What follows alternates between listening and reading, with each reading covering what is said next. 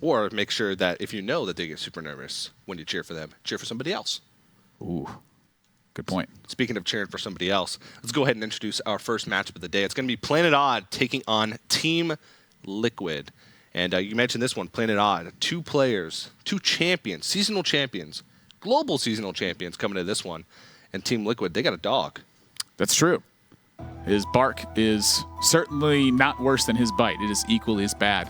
But this is really where Trinity Series happens. All 9 classes represented across both teams. Prior to the match, they will ban 2 of the opposing classes from their opponents. They will not be available from play. Of those 7 remaining, the teams will then choose one of those classes to not bring to the match, which means that 6 classes will be brought to a last hero standing match, where the deck that wins stays on board, the deck that loses is knocked out of contention, and the first team to take 6 games wins the set. Yeah, and best of 11, as you mentioned, first to 6. And first ban's coming in. It is going to be Priest, no surprise there. Seems to be a pretty popular ban in the Trinity Series leading up to this point. Yeah, it's been pretty much the best class, I'd say, in Hearthstone at the moment. And Druid is up there as well. I mean, these have decided themselves as the tier 1 and tier 2 decks. Mm-hmm. There's just not really much that you can use to really destroy these classes. You know, they're counterable, but not across a wide range of classes. The more classes that are in there, it seems the more powerful those 2 are. Yeah, and no surprise there as well. Hunter is the deck that's excluded. There's only been a few times where the self-ban has been anything other than Hunter. Notably, last week, we had Mage being self-banned a few times. There you can see for it. a couple of the teams. Classes that will be piloted by the players. Even though they'll be piloting them individually, they are working as a team and collaborating together.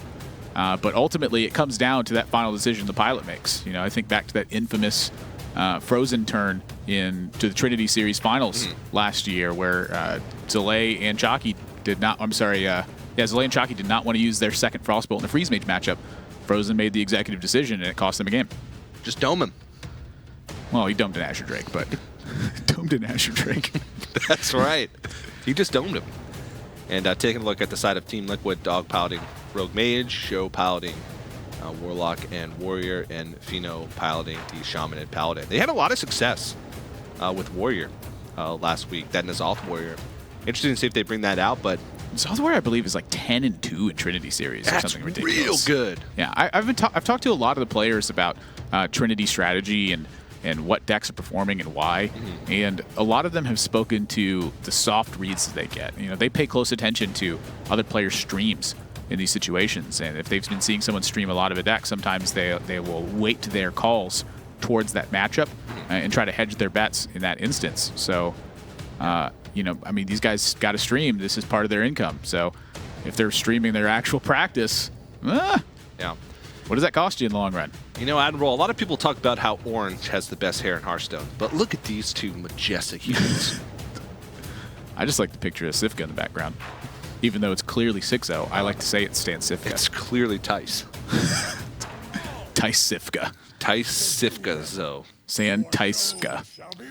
All right, here we go, getting into a game number 1. This has been one of the breakout decks that we've been seeing. In DreamHack, this Zoo Warlock deck was an emerging force from that tournament. It did so well, but Planet Odd has a Hemet Jungle Hunter in their Shaman hand? What on earth? Zixo actually tweeted out this Shaman list about a week ago. Had a really good record with it leading up to hitting Legend this season for Zixo. It's actually pretty good. You get through all your early stuff, and then you drop Hemet, and your draws from there are just gas. This deck runs Cairn as well in the top end spot. Oh, and it also runs Bone Mare in the top end spot as well. So they have Totem Golem Hunter too. It's got to eat your badges to do it. Would you rather have Overload or one less card? Yeah, I mean, I would gladly pay 1 minute and spend a card to not Overload for 1. That sounds like a great new Shaman card. It does. Yeah, it's like Lava Shock, except doesn't deal 2 damage. It deals 1 instead. And it only works specifically if you draw Kalaka Crawler. You just blew my mind, Admirable. Team Liquid, though, pretty strong opening hand. Obviously, Keleseth has been quite a performer. I feel like in Zoo, this deck is almost utilized at its best. Since Zoo wants to run a lot of 1-drops anyway, something that's really interesting is that Life Tap can either fill up your 2, or you drop a double 1, or when you have coin, you get the Captain. So there's a lot of unique things, I think, that happen with Prince Keleseth in Zoo that gives it much more oomph than you see from a lot of other decks. Like I think Rogue utilizes it well, but Warlock draws a lot more cards. Yeah, and this is that good hand that you want from Zoo. You got Prince Keleseth on 2, and then you pull the big old patches out of your deck. Yeah, Planet Odds already pulled that big old patches out of their deck. Yeah, but not in the way that they'd want to. That's right. It's into their hand instead, taking up a card slot, no free 1/1. You hate to see that. You hate to see that. And now I'm curious if Planet Odd feels like that they can get big swings with this Portal. If they don't feel like they can ever get a big swing in this matchup with Maelstrom Portal, I anticipate them using it right here. Yeah. And the one key thing to note, if this is the list that Zixo posted, it cut Devolve.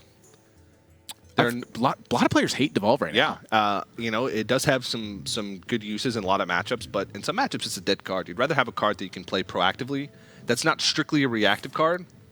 And so they cut it, and I think that's a nod to that. If you do have a double Devolve in the deck, you can be exceptionally greedy with Maelstrom Portal and save it to where you draw Devolve and get that big swing. But this matchup is all about the board, and Zixo's reaction to the Prince Keleseth. Prince Keleseth gamers. Ooh, you hate to see that. And now I think they're definitely saving this Galactic Crawler. There's a ton of Pirates in Modern Zoo lists. And let's go ahead and take a listen into Team Liquid as they navigate these early turns with a powerful opening. The Darkshire coin, coin imp. Is it worth to coin it? Because then they can Jade Lightning it. If they Jade Lightning, who cares, right? Like, but we have Soulfire too, right? Yeah, but does that really matter? Like, we're not Soulfire. Yeah, I think I'd rather not give him a Jade Lightning here. So they also play Jade Spirits, so that's also a consideration. They might just Spirit now. I like holding it. Do we ever lose? Do we ever lose if we if they are we happy if they Jade Lightning? Isn't that a good thing? But isn't it better if they just Jade Lightning Councilman? Yeah, you mean just get the Jade Lightning out of the way? Yeah, but I mean, what? Yeah, but what if they play what if they play Thing from Below or something? They don't play it in the deck. It doesn't play Thing. But what if they play Serenite Chain Gang or something? We can't deal with it. I think I'm fine with playing it. Like we have an answer for Serenite. Like we as captain and we as double trade, right? Yeah. Fine. Just do that. So you want to play it or not? Hold. Yeah. Just hold this. It doesn't. I don't know. We just play HP. Yeah. They're gonna coin the 5 and you just concede.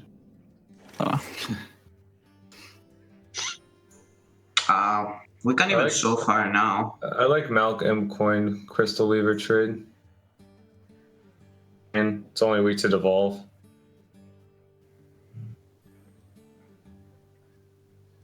So many possibilities.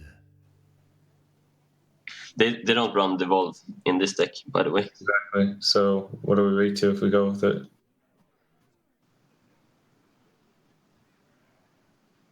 Yeah, I kind of like that. There's no way we go like Captain, Malchus, or Soulfire, right?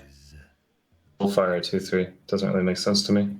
Okay, Yeah. just go for the. Yeah, I think I like the other play more too. Just thinking.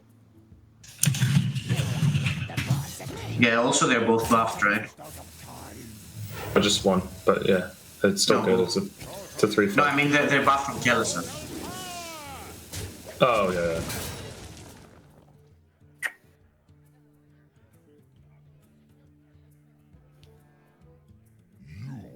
Face.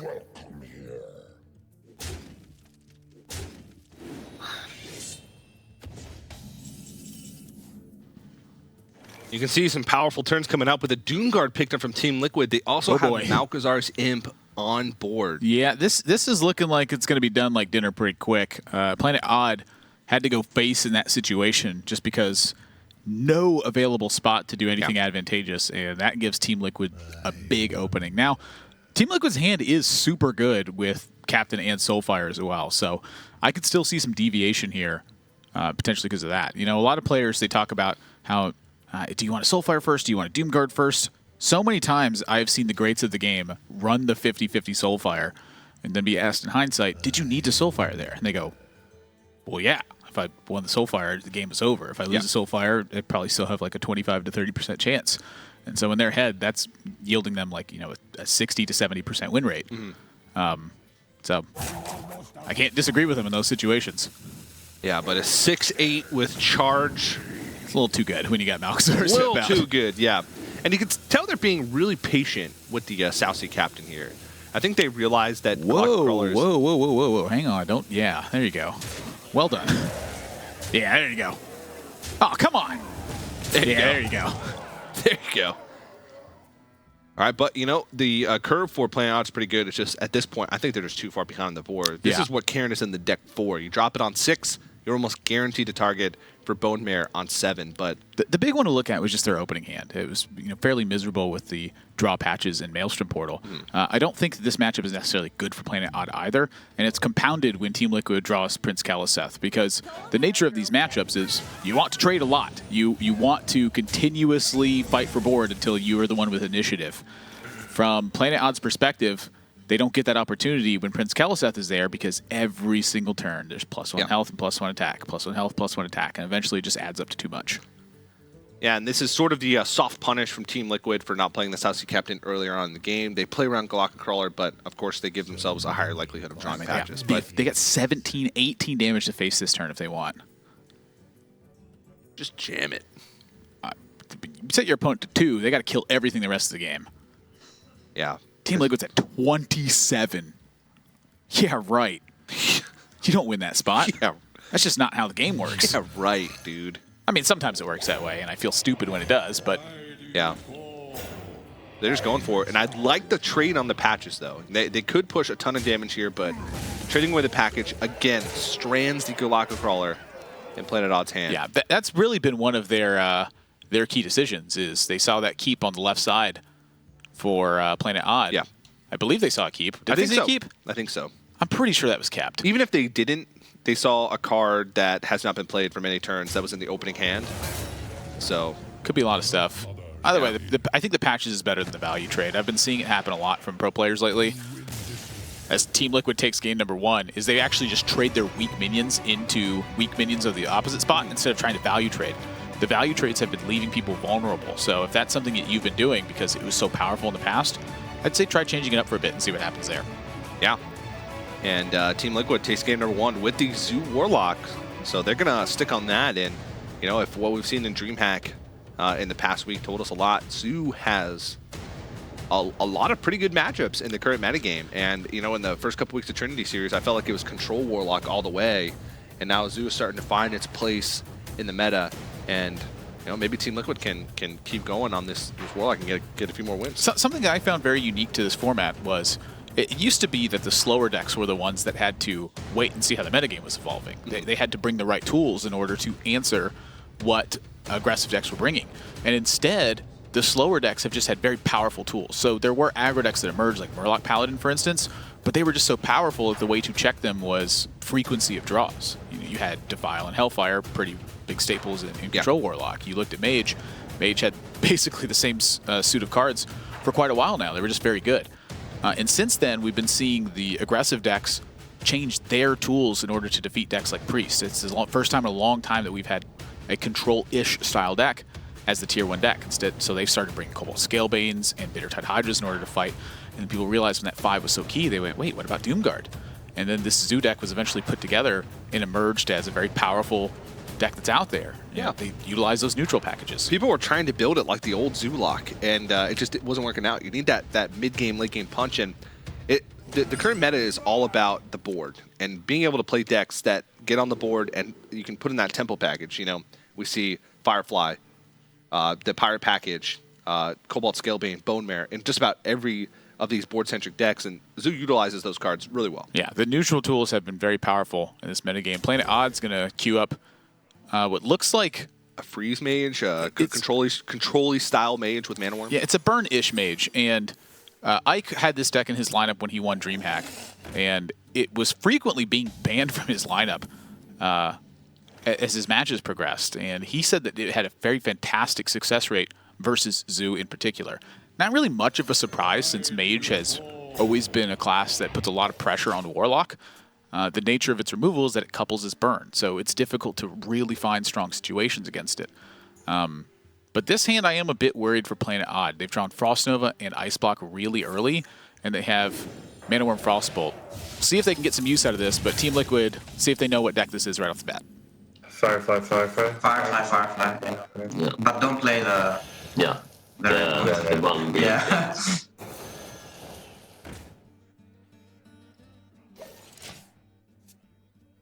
I play the Acolyte here every time. Betray? Yeah, I tried. Can't.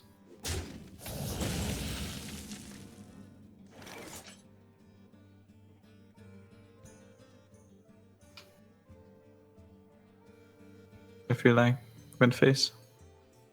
You want to go face? Like your mic still cuts off sometimes, so it's hard to understand you. Just thinking about like what card that punish us if we win face. I guess like Soulfire is the only thing. Soulfire, yeah.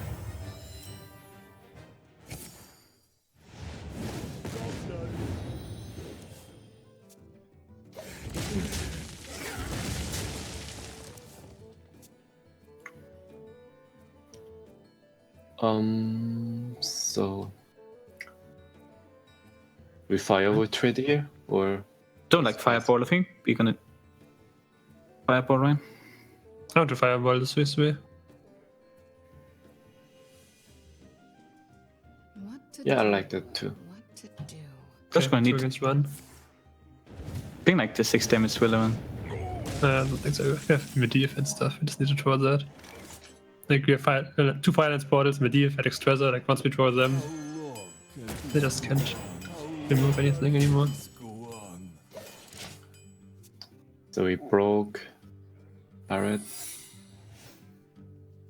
Excuse me, you I mean, you could consider holding it because we have the Doomsack anyway. We'll have some stuff afterwards, but it's just too efficient since like threatens their full board. I like what they were pointing out there. Zixo said maybe we save the Medivh's Valet because we're gonna Frost Nova Doomsayer anyway. Maybe we just save it to have the extra damage afterwards. That's a tough call to make, actually. Something I'm really looking at too is just the way the teams have been talking with each other. Team Liquid has been a fairly joking team thus far. You know, they have a lot of laughter and a lot of non-seriousness going on, but in this match, it is very important they keep picking up wins. Both teams are very serious this week. Not a lot of jokingness going on as the tensions in Trinity Series regular season build. Yeah.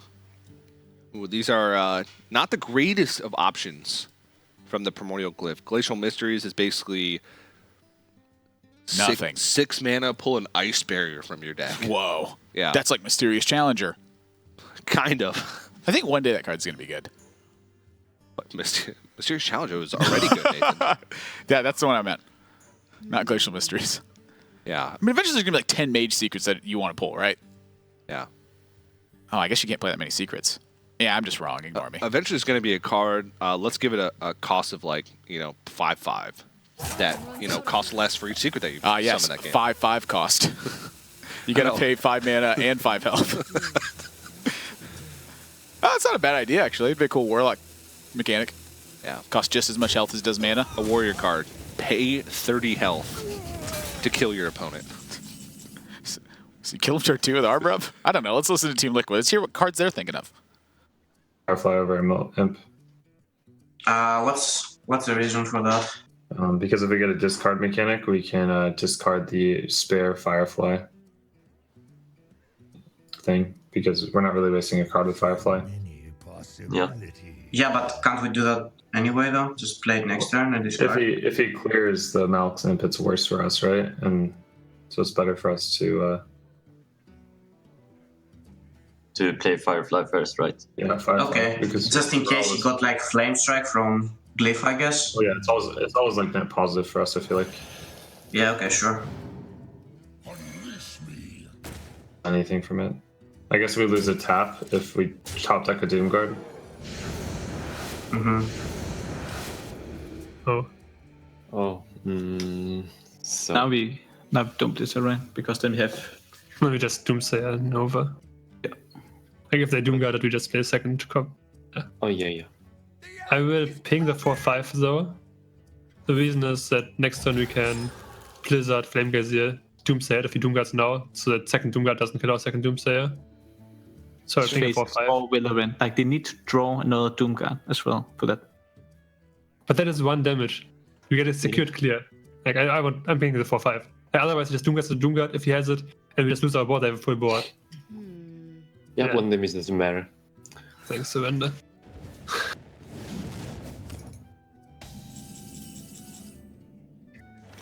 It's not like they just win if they clear this board. See how good you are. So not so good.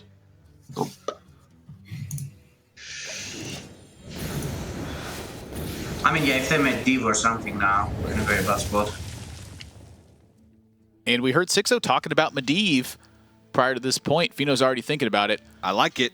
Very familiar with the deck lists, but you heard Planet Odd earlier too. They were like, oh, we got 2 Firelands portals, we got Medivh, we got Alex Strauss, so we just got to get past the early game and draw one of those cards. Yeah. Well, they're past the early game, but step 2 hasn't been accomplished, and so there's still some more time to buy. Yeah, they haven't had any card draw thus far. I think they were hoping to pick up card draw with that Primordial Glyph. That would have been fantastic. Or, just some sort of big bomb of a card. Yeah, the Acolyte, but it got Soul Fired. Yeah, Acolyte got Soul Fired, but, no Arcane Intellect, no Arcanologist, which is, a great form of card draw for the deck because it presents a body and, thins your deck out. So, not the best, but they do get a full board clear off with the Doomsayer Frost Nova. And they have plenty more time with the Blizzard Doomsayer as well. It's going to be really hard for Team Liquid to get back into this spot super effectively without drawing Cairn or Bone Mare or Blood Reaver Gul'dan or something huge to really stick to the board and start pressuring Planet Odd. And with that Ice Blog up, it's going to give them a turn to start counterattacking as well. So they have to think about defense this turn as well as what's the best way to pressure. And the days of Crazed Alchemist as the Tekkenzu is gone, and Planet Odd can have no fear of that since they saw the Prince Geliseth in the last game, unless they had a Crazed Alchemist in their hand that they're risking putting in their deck to deactivate Prince Geliseth. The one that I saw at DreamHack was someone was running the 4-cost one, like the Kooky Chemist. Kooky Chemist. And I couldn't remember the name of it, but they drew it, and I was like, is that a Kooky Chemist? And I couldn't figure out why I was there. And then after the game, Lorinda looks at me, he goes, oh, like they can't play Crazed Alchemist and Geliseth. And I was like, wow, I'm stupid. I just couldn't figure that out. I was like, why wouldn't you just play Crazed Alchemist, you dummy? He said stupid. I'm the dummy.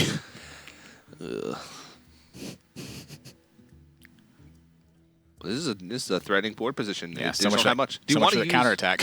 Yeah, do you want to use Blizzard Doomsayer on a Tar Creeper and a Dark Shire Councilman? The one thing that they do have going for them is that combo is going to find use outside of a crazy kooky chemist tech, kooky tech. Cookies. Sorry, I got distracted. TJ's all over the place. Let's listen to Planet Odd. I hope they're not distracted. What do you want to do? Just fire with a 2/5. And thing.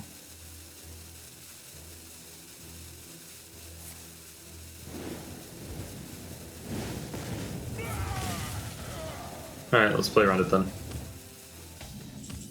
Oh boy, that's good. Yeah. Do we tap? Right? Or Yeah, we probably tap. Yeah. Wait. I mean, Flame Strike clear, so, and they probably have to play, right? Because they played they played both fireballs. So, if they play Flame Strike, if we trade, it doesn't care. I'm thinking that might be right. Oh boy, wasting like that much. But the board is so sturdy, right? And they have a reactive hand. Like, it's better to play. I'm even thinking if we wanna play Flaming at this point, we just like deal 3 to ourselves. Maybe it's better to hold it for like a discard or something. Like, is Flaming really that important? Also, it dies to like Blizzard and everything. No, I agree. I think we should just be tapping for Blood Reaver. Yeah. So I guess we tap. Yeah. But And we trade. trade, right? It plays around Flame Strike. Yeah, I think I like trading actually. Yeah, I think. I think we don't Also want plays to on play. Polymorph better. Yeah. I think we also don't want to play the Imps. Yeah, I agree. We're gonna kill ourselves too fast. Even if both fireballs are gone, it's just like Yeah, even if both fireballs are gone, yeah, true. Alright, everything else slow. Doomsayer Blizzard ping face.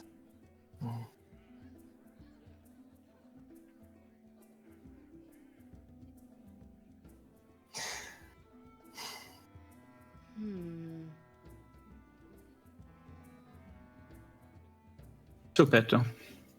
What? What did you say? Like your mic cuts off the start of every Fair. sentence. Like, but then we have like to try to get like Alexstrasza, something. We could draw next turn, yes, but if we wait for them to play it, then they just. Then they get more hero powers and stuff. We're just too slow. And we take a lot of damage this turn. Yeah, over And maybe shall we visit? with it. I hope playing win phase. Okay, the game was kind of weird there. This patch is terrible. Like, the UI of the game right now. Well, the race is on. Uh-oh. Uh-oh, indeed. I'm looking at Malkazar, Zimp, and Doomguard here. Yeah, maybe they can find a Soulfire. They have to risk it. Their board is so valuable. Planet odds down to 2 cards in hand. They know one of them is a Primordial Glyph card. I mean, maybe if they let this board die, they get back into it with just the Malkazar, Zimp, and the Doomguard. They know that there's not a giant threat there because they would have seen it already. Maybe that's the call. That's a tough decision, honestly. I think back to summer championships. I'm sorry, to summer playoffs last year, where Hot Meowth went for it. He went for the big Doomguard risk. Now the difference was he had the cards already in his hand, so he just didn't have to discard them. Here, Team Liquid would need to draw those cards, but sometimes these are risks you got to take to win games. Here, I'm not sold that they have to do that.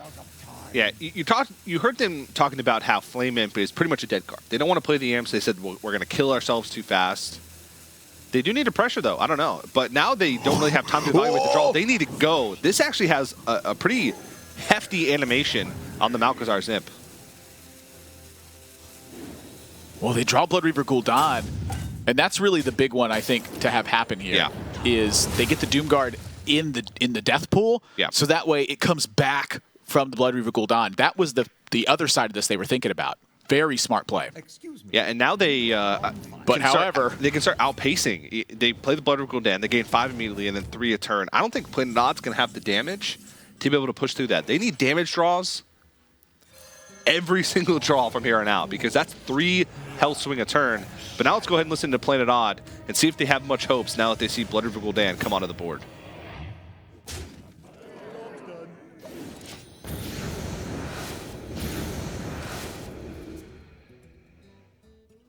We have 1 barrier left that doesn't do anything. And 1 ice block. Looks like we're never gonna get the damage to kill him now. I mean, you can draw back-to-back burns. It's like next turn we have 50-50 to get second ice block off the Arcanologist. I wanna just play Pyroblast phase this turn. Okay.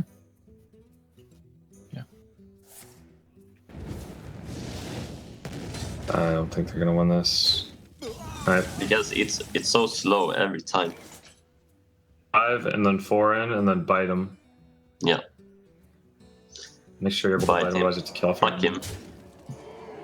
So second card's probably ice block then, I guess? And then maybe that's something else. Yeah. We played Prince, right? Wait. Actually, I don't think they healed us. Oh my god! Amazing. Oh my god, no way. Yeah, because it blocks lethal damage, right? And it's lifesteal, it's not suck. Oh my, no, we can't lose like No this. way. Pretty funny. It's fine. I mean, we can't do anything else.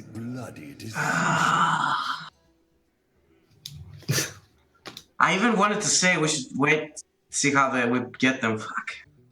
I'll do the order. That was my fault. God damn it. Spam order LUL, but it's okay. It's alright, it happens. Spam order LUL, but it's okay. It doesn't really matter. Just play Tar Creeper. No, it doesn't matter. Yeah. Just play that. Leroy's trying to Leroy out of what's it called? Yeah, but they probably have second pyro here. They have 1 glyph left, right? But Yeah. We have no outs besides Glyph, I guess, now. Yeah. We play the second one to pull out the barrier to like send our deck. Sure.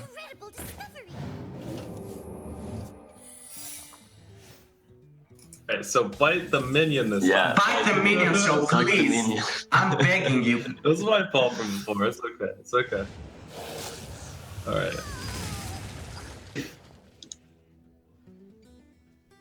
I just do that. That's fine. We trade the 1-1, right? The Mount Simp. Yeah, It's man. not simple to say. It's good to have board space. That was so stressful. I think that also might be double ice block, like the secret they discovered. Maybe that. Just enter. Yeah. So,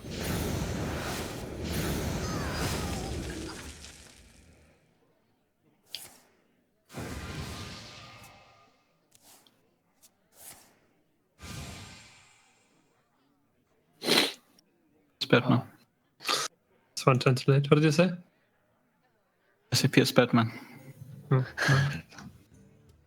so Calculated DM. live steal. No, you only make those mistakes once. I actually knew that, but I just did it too fast. I couldn't even think about it. I knew the interaction as well. I just I don't know. That's why you should take it slow always. That's why you should take it slow, yeah.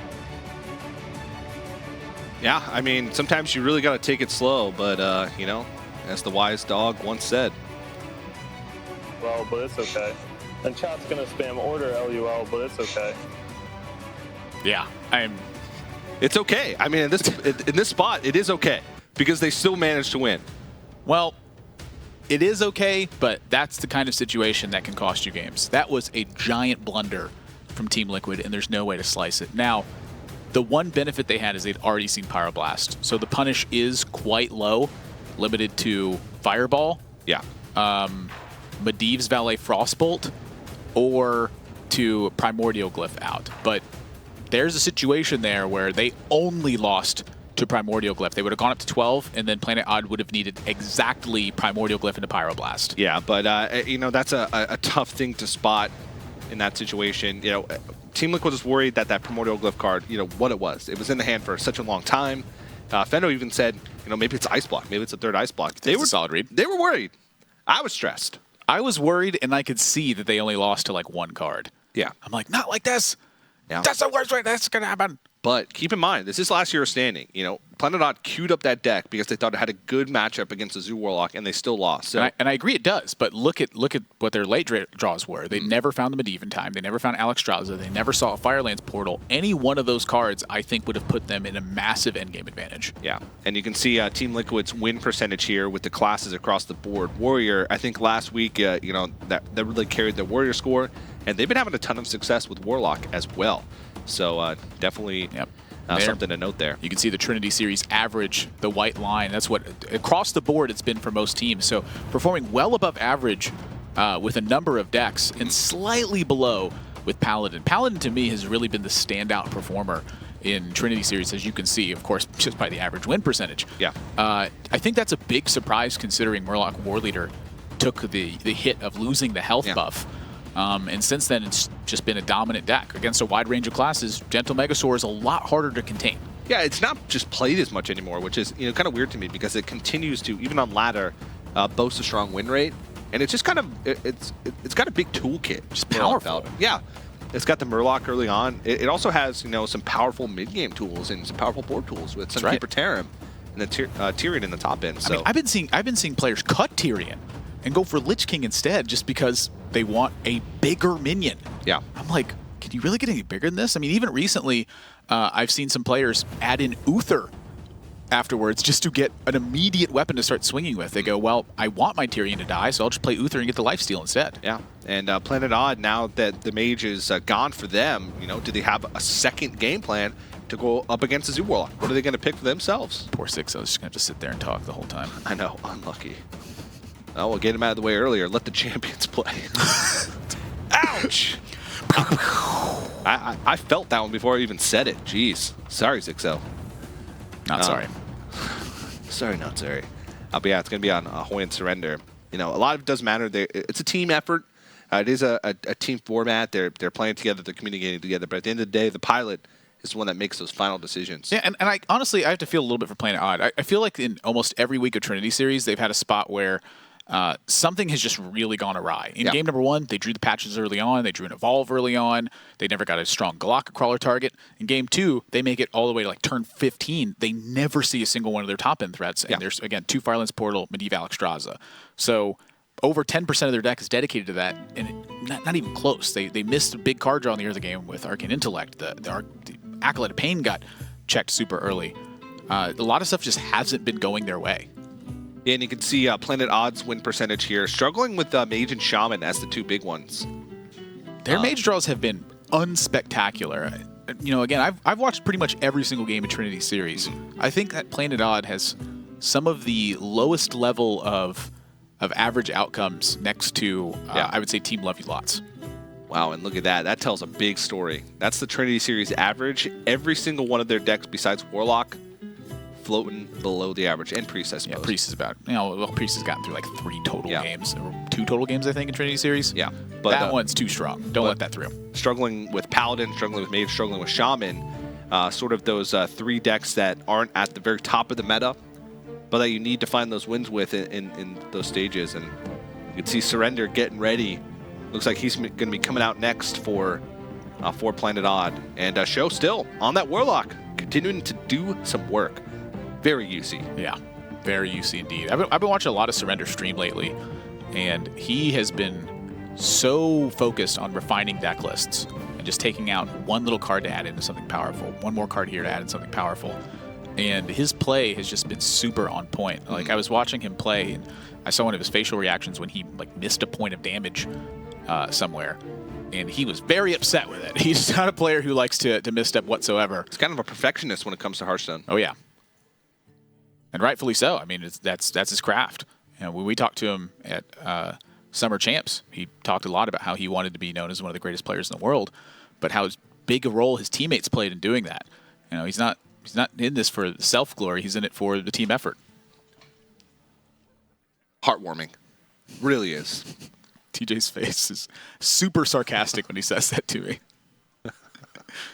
He really is heartwarming, though. It is. Rogue going to be on deck for Planet Odd. And this deck, I think, has an advantage versus Zoo. It's small, I'd say. Yeah, but I think a lot of that win rate comes when you have the coin with this deck. Vilespine Slayer does a massive job in the mid-game of taking care of a fresh Darkshire Councilman or of threatening Doomguard potential from your opponent. A lot of the Rogue's strength is really the threat of its power versus the opponent. So I am curious to see how Planet Odd plays this, if they feel like they need to get aggressive or if they want to respond and try to find the right position to use their tools. I've really heard arguments on both sides. Like, I'm in favor of playing this on turn 1. I'm also in favor of holding it, letting the Tar Creeper play defense, and looking for the SI7 agent on turn 4. A lot of decisions to make. Yeah, and this is even a tough decision here. Yeah, exactly. If you run into Malkazar Zimp or Voidwalker, you're okay. It's not ideal, but playing the turn 1 South Sea deckhand really takes Flame Imp off the table for your opponent. So the question is, maybe you want them to play Flame Imp instead. I talked with Lorinda a lot about this, where he researched the statistics, and Blood Reaver Gul'dan has like an 80% win rate when played against Rogue in this matchup. And when looking at the games, I don't think it's because of Blood Reaver Gul'dan. I think it's because Warlock made it to turn 10. Yeah. So Blood Reaver Gul'dan compounds that, but Flame Imp is not the ideal card you want in this matchup. You really want those 1/3s. Yeah. And, now what this South Sea deckhand play on turn 1 does mean is Planet Odd sort of strands their SI7 agent on turn 4 unless they pick up another 1-drop. But I think Backstab, yeah, they need Backstab or 1-drop, or even Shadow Step can get the job done. But I think one thing that lends them to play this more is they do just a play on turn 3. They can just play Tar Creeper and save SI to clean up the board later on. Yeah. If they didn't have that 3-drop, maybe they think twice about going with South Sea. They'll find 3 more cards by the time they roll around to South Sea. SI7 agent. And this is something big that Amnesiac taught me when I was practicing with him and Chalky one time. They were making some really goofy Rogue plays. I was like, man, what are y'all doing? We have this and this. And they go, well, you don't just play with the cards in your hand, you play with the cards in your deck. Yeah. I was like, that's way too advanced. I don't need your fancy college boy math. I just jam my cards down. But it's a big thing to think about, and a lot of things that the greatest players do. Yeah. Here's some words of wisdom for you, Admirable.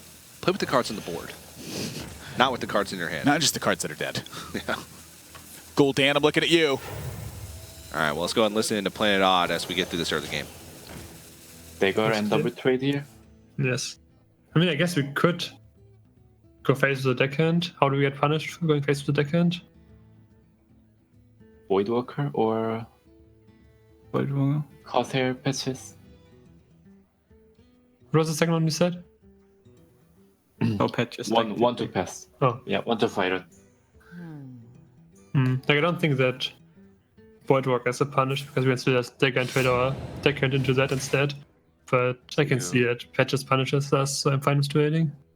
But actually, I don't think they play Corsair. I think they play Captain.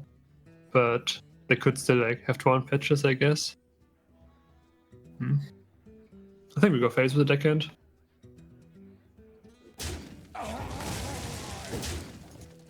But trade if you want to. Like, I'm not certain on it. I just think that like Voidwalker is fine since we still have the dagger. Do we ever go double Firefly instead of Flame Imp, or just no, right? No, just... It's only better against Backstab SI, and they full mult, so it's unlikely, right? I think find out Firefly's fun. Next time we can drop Dark Shadow. Same.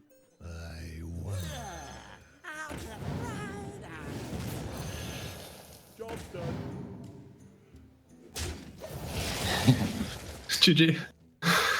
So just Star Creeper? Yeah. Never hit anything, right? No. We have one dagger charge. Next time we go, one drop SI. Every time.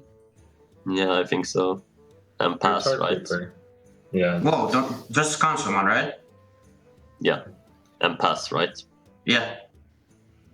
It's only weak to Cold Blood, though. Then they get the use it trade. Yeah, but we can't really play around that. Yeah. I mean, I don't want to just play 2 1-drops here just to play around. Yeah, it's too weak. Yeah. Yeah. Weak.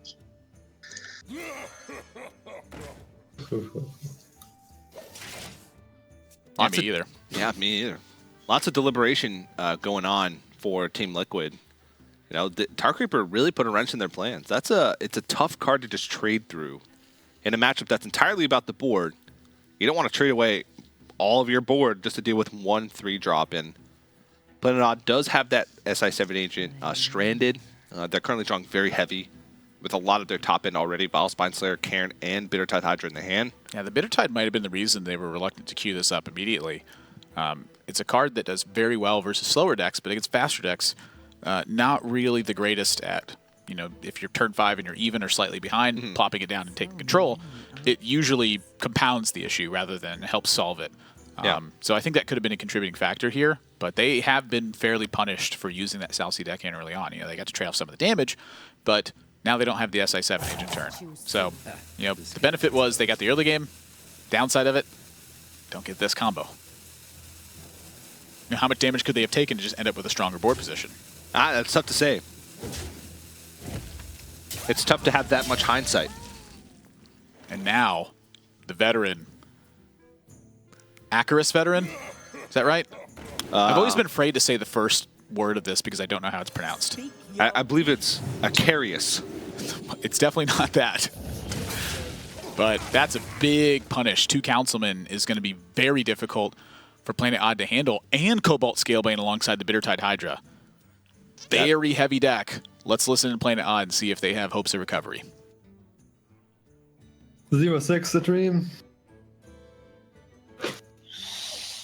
So many options. The Hydra.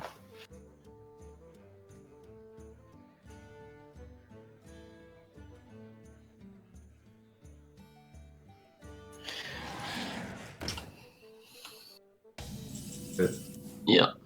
That's a Serenite into Flame Elemental. We don't want to Soulfire anything, I don't think, do we? Yeah. Oh, I just want to go face, man. Yeah, me too. This Hydra is very juicy. Like, that Hydra is gonna kill them. Yeah. How long can this go on? Smork! Get him, Joe.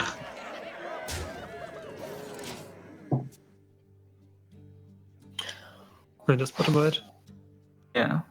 Do we go Mirror or Warrior now? Probably. Okay.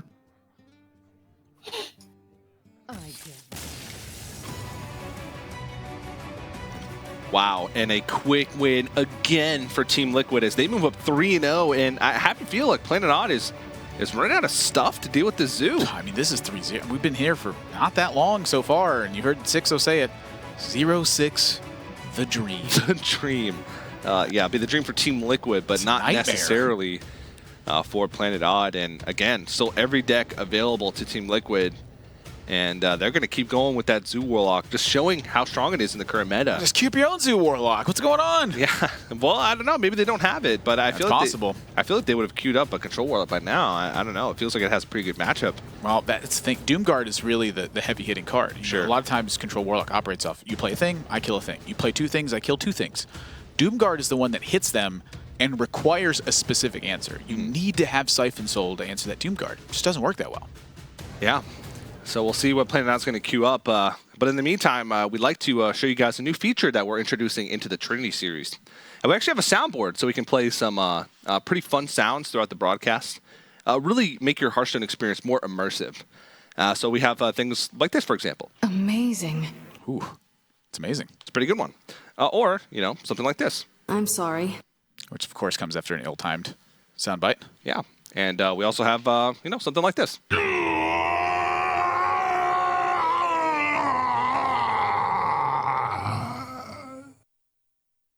So yeah, just short, sweet, right to the point. Right to the point. So hopefully we can make use of that soundboard throughout the broadcast, and maybe we'll have some key moments in Planet Odd's hopefully victories. Yeah, I mean, chat is going to spam order LUL, but the chat's going to spam order LUL, but it's okay. That was game 2 for you.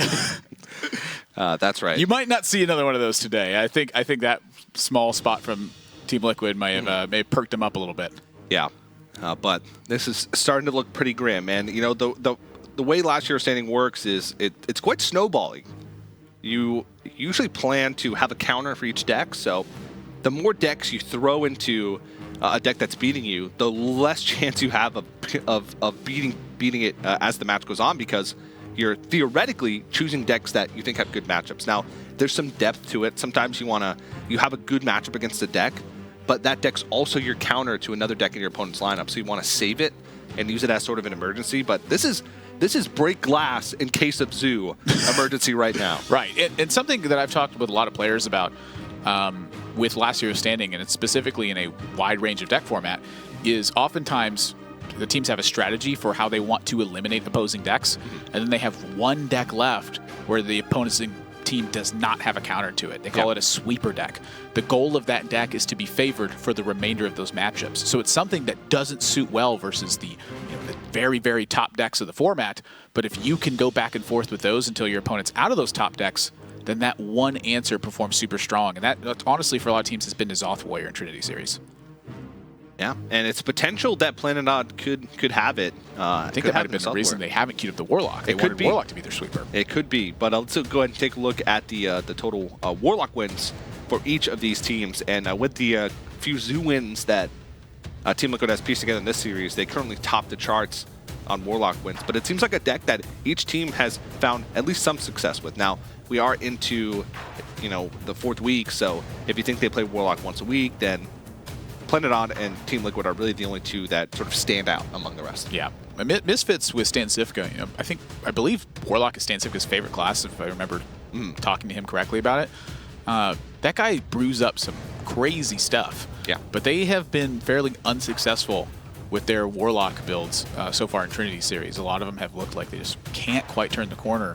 And I think it was last week they had the big misplay of setting up, instead of the Tar Lurker, they set up into double Consecration and got punished by Team Levy Lots. Yeah, very true. And, Santifka, we go back to Hearthstone Global Games. Sort of another team format, a unique format. They were bringing unique Warlock decks to counter specific things. Oh, yeah. Playing a deck with, like, double Hungry Crabs and just... Gnome-Feratu and weird stuff. Stuff that just was specifically designed to counter other... target one specific deck like Murloc Paladin, for instance. It's a silver bullet strategy. I like it. Yeah. It's a golden gorilla strategy. Have you never heard the term silver bullet? I thought we were just naming random colors with random things. Ah, yes. Precious metal object Warlock. That's right, Admirable. Boy. And this is a Taunt Warrior coming out from Planet Odd. I've played a lot of Taunt Warrior, TJ. Oh, have you? This is not a good matchup. Explain yourself. This is the break glass in case of Warlock strategy where you're like, hopefully we just taunt a lot in a row and get them.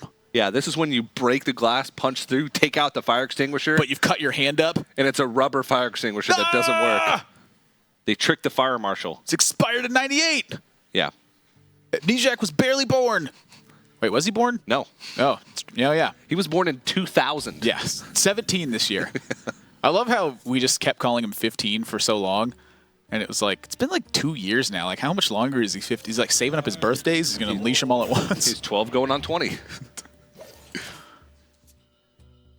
All right, well, the jig is about to be up for Planet Odd as Fire Plume's Heart is No. out. This is standard in all non-taunt. You trick your opponent into believing you're Taunt Warrior with this turn 1 Fire Plume's Heart. You give up a card in your mulligan by playing Fire Plume's Heart. Bam, Amani Berserker. And then boom.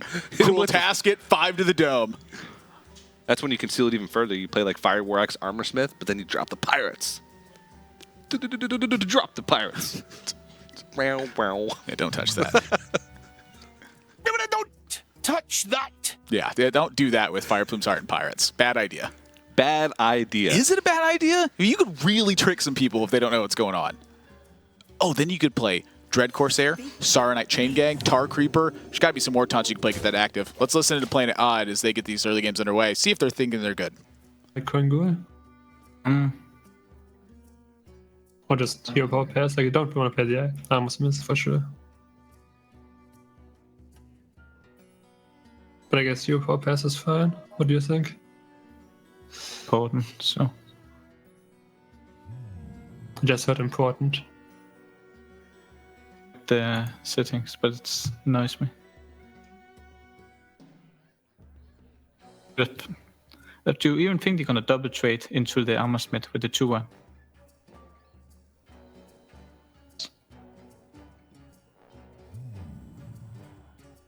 I mean, even if not, the Armorsmith doesn't do anything. You hear me? Like, I don't know. I heard you, yeah. Like, I don't want to play the Armorsmith even. Like, sure, they might go face and ignore it. And it's maybe a little better than hero power, but it's still not much better. So Koingur or Sorcerer Power? Yeah. What do you think? Which one? I think we coin the Ghoul and Armorsmith next turn. Go for tempo.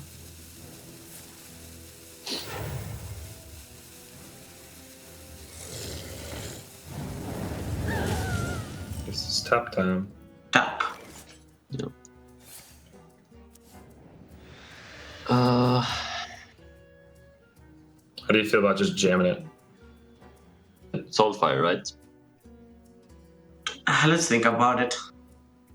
I think it's better to hold and just play Malkisar. Because next turn they're gonna play a taunt, we're gonna play Saronite, and then we can Doom Guard. Because Imp is protected, right? So many possibilities.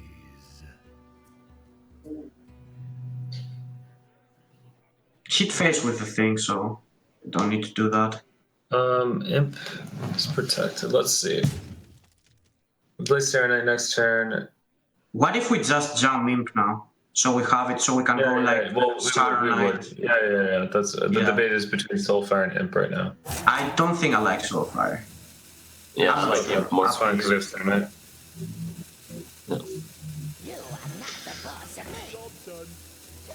It's kind of bad to rope like that, though. We kind of give tells.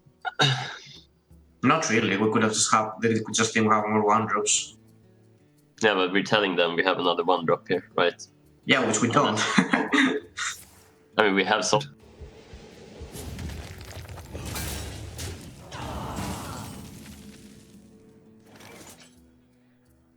Well, you don't see an execute on a Voidwalker every day, do you? Yeah, you do. Oh, apologies. Didn't realize. I also don't see it every day. It's Schrodinger's execute on a Voidwalker. Very specific. Gotcha. I follow. How long can this go on? Pickaxe. The thing I loved about seeing Nimsh again was how much he would commit to the pickaxe memes. Like, if you ever alluded to that card, he would go full pickaxe mode. Like, he would be making the motion. What is a pickaxe? Like, you know the miners to hit the rocks? Gotcha. Yeah. Gotcha. Because they're chained together and they have to march along breaking rocks. I get it. So I don't know why that has taunt, but so the pickaxe is a metaphor. yeah, for reality, for life. How long can this go on? Well, something that Planet Odd has done very well is just contain the early game. I think that's one of the weaknesses of Taunt Warrior is that if the early game gets out of control, you're pretty much hoping on Brawl or Sleep to Fishes to bring it back. Those are big payoff cards, but Taunt Warrior doesn't punish the same way that other control decks do, where they start building towards the big N'Zoth turn. You start building toward your endgame damage. That's important in this matchup, but their mid to late play is still fairly weak. Team Liquid could outscale this. Let's listen to them and see what they're thinking, because their hand has some risks in it if they want to get that done. And then Doomguard if we don't discard it. We lose the Bone Mare though. Man, I think Bone Mare might be too important. That important that we may just not deal with this now and just go Tar Creeper, Imp, Thump. Yeah, I think that's how important Bone Mare is. I think we're probably gonna go Tar Creeper, Imp, tap the thing. Yeah, it's more it's better for the resources to do that. But what do we get punished by? We don't really get punished by anything, right? We get punished sleep into 4-drop. But they deal with their own, or they damage their own They guys. kill their ally, but then they get a 4-drop, right? But yeah, I mean, that's the only thing we get punished by. No, I think I like that. Tap. We're gonna get patches. We can get patches out. You can clear it. Yeah, let's do that, right? Yeah, just kill it. Sure, yeah. Do we it fast. I think we do, right? Maybe we can hold it for discard? Or no? No, do it. We only have one imp left. Do it. Team Show coming through. You please don't know after. I hope you try. I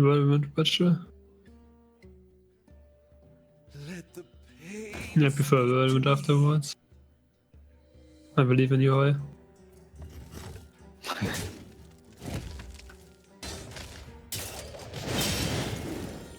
Please don't know. Yes. Yes. The 2-mana card. Yeah. The next one we can play Stonehill, and if we get anything to play that turn, we can Stonehill and play boss 2-drops. Yeah. Just a better card than 3/3 for 3 mana or whatever. You're gonna go Bone Mare this turn, since they have an awkward hand. To trade with the Alkali, or do we go face with the 3/2? I think we go face, because they played 2 Whirlwind effects already.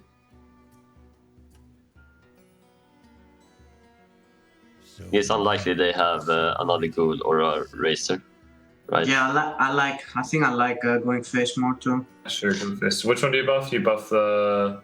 Imp? I think Imp, right? Imp, right? Yeah, I think Imp as well. Seems good.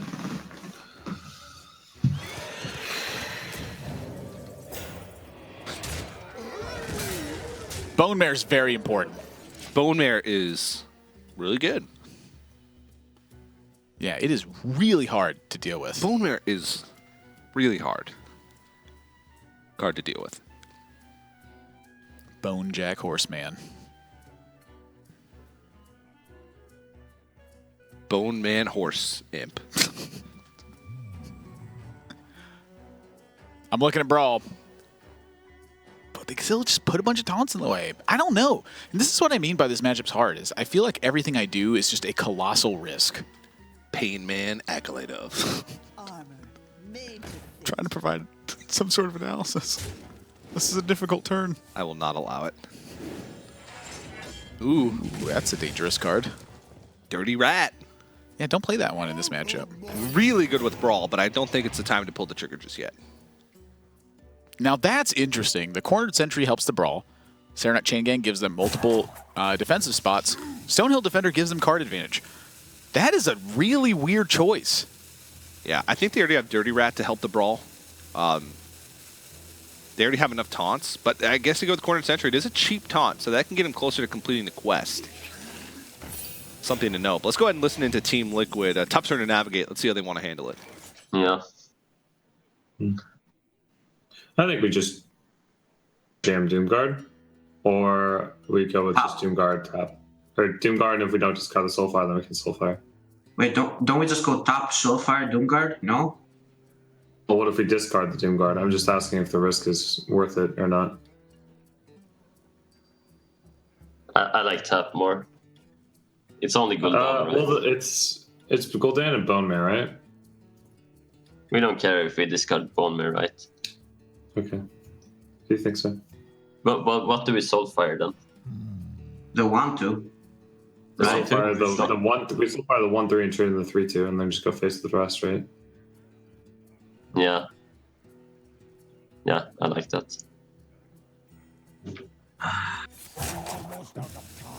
So Soulfire the 1 for taunt, right? Yeah. What? Okay. The 3-2, and then go face with the rest. Doomguard face. Makes our board a lot better against any AoE. Yeah. This looks good. Better. Yeah. Also, Broly is super awkward because he doesn't develop anything, right? So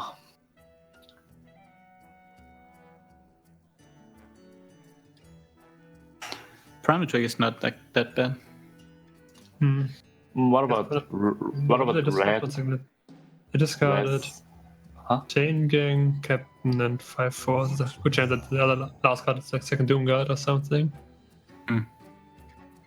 What about playing 3 2-mana drops and Hero Power here?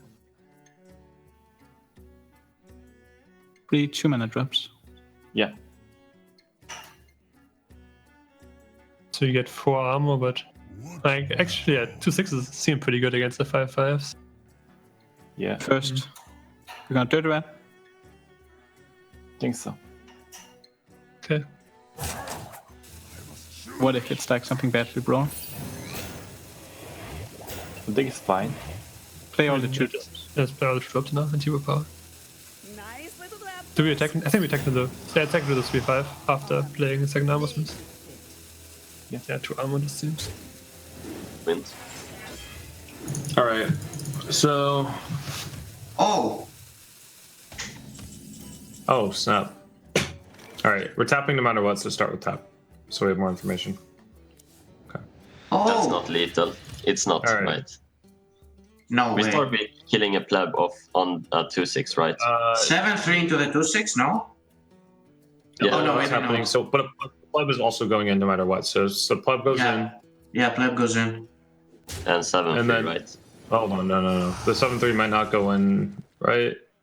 Yeah. The Doomguard. No, it doesn't matter. 7-3 else goes in because of the damage output. Yeah. 7-3 7-3, else right? goes- Yeah, 7-3 else Yeah. goes in. Doom. Do we do the Doomguard or the Bone Mare? Bone Mare, I Bone Mare like for sure. Bone Mare here, so we have follow up next turn. Okay. So go ahead. On We the definitely pleb, don't right? have. No, On a no, pleb. I meant, are we trading? Are we trading the Bone Mare in? Yeah, We don't have Bone lethal. Mare. Just go. Yeah, just go. Kill off the armor smith. One armor smith, not both. Yeah, 1 armor smith and go With the face. pleb, yeah.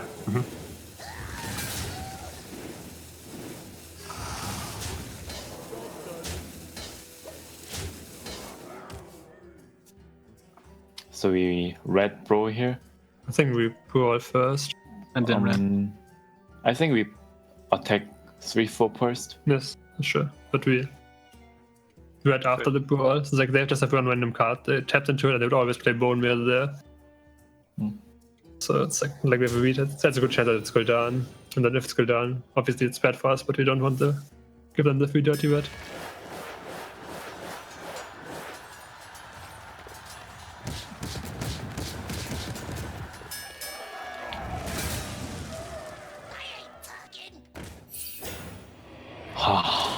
No, I think. Animation is just so slow, we don't know yet. Yeah. Okay. Top.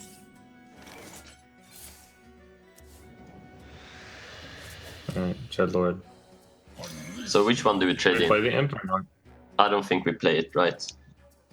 5-5 Play around after 5-7. bro. So we play around Drake into sleep. So trading the 5-5, right? Wait. Wait, wouldn't they play sleep if they had it now? No? Maybe not. Because they were probably like pretty close to dead. I think Brawl was better. Yeah. 5-5, right? It's better against Drakefish. Yeah, I mean, I don't really see how else we lose. Like, I think Yeah. You're right. Do it. Play the imp. I think we just jam it. Like, it's. I think we jam it too. Ah! Oh, really? Like, Yeah, why not? second Brawl? Well, it's the fact that we know that they have the This Ragnaros. mace. Yeah. That's fine. It doesn't really matter that much. But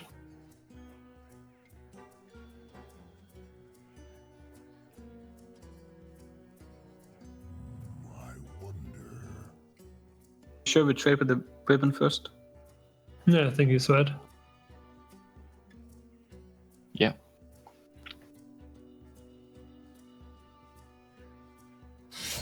So that's what's good on the kind of square anyway. It's quite likely we go down, but we can play around that, and then if you hit a minion, it's always better. If you go face, it's still decent, so then we might just kill them next turn. It's not going down.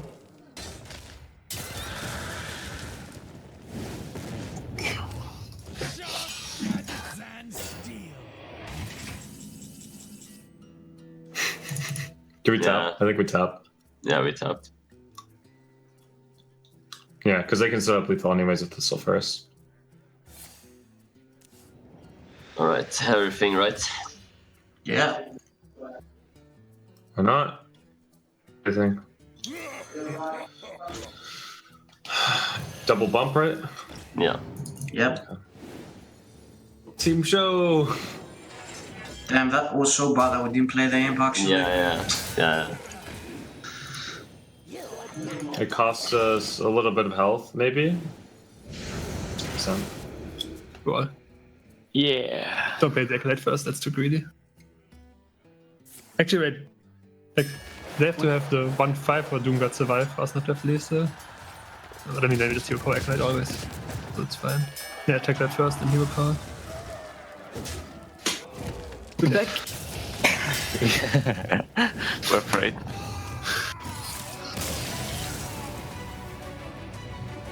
We got ourselves a series admirable. Planet Odd puts themselves on the board with the Taunt Warrior win.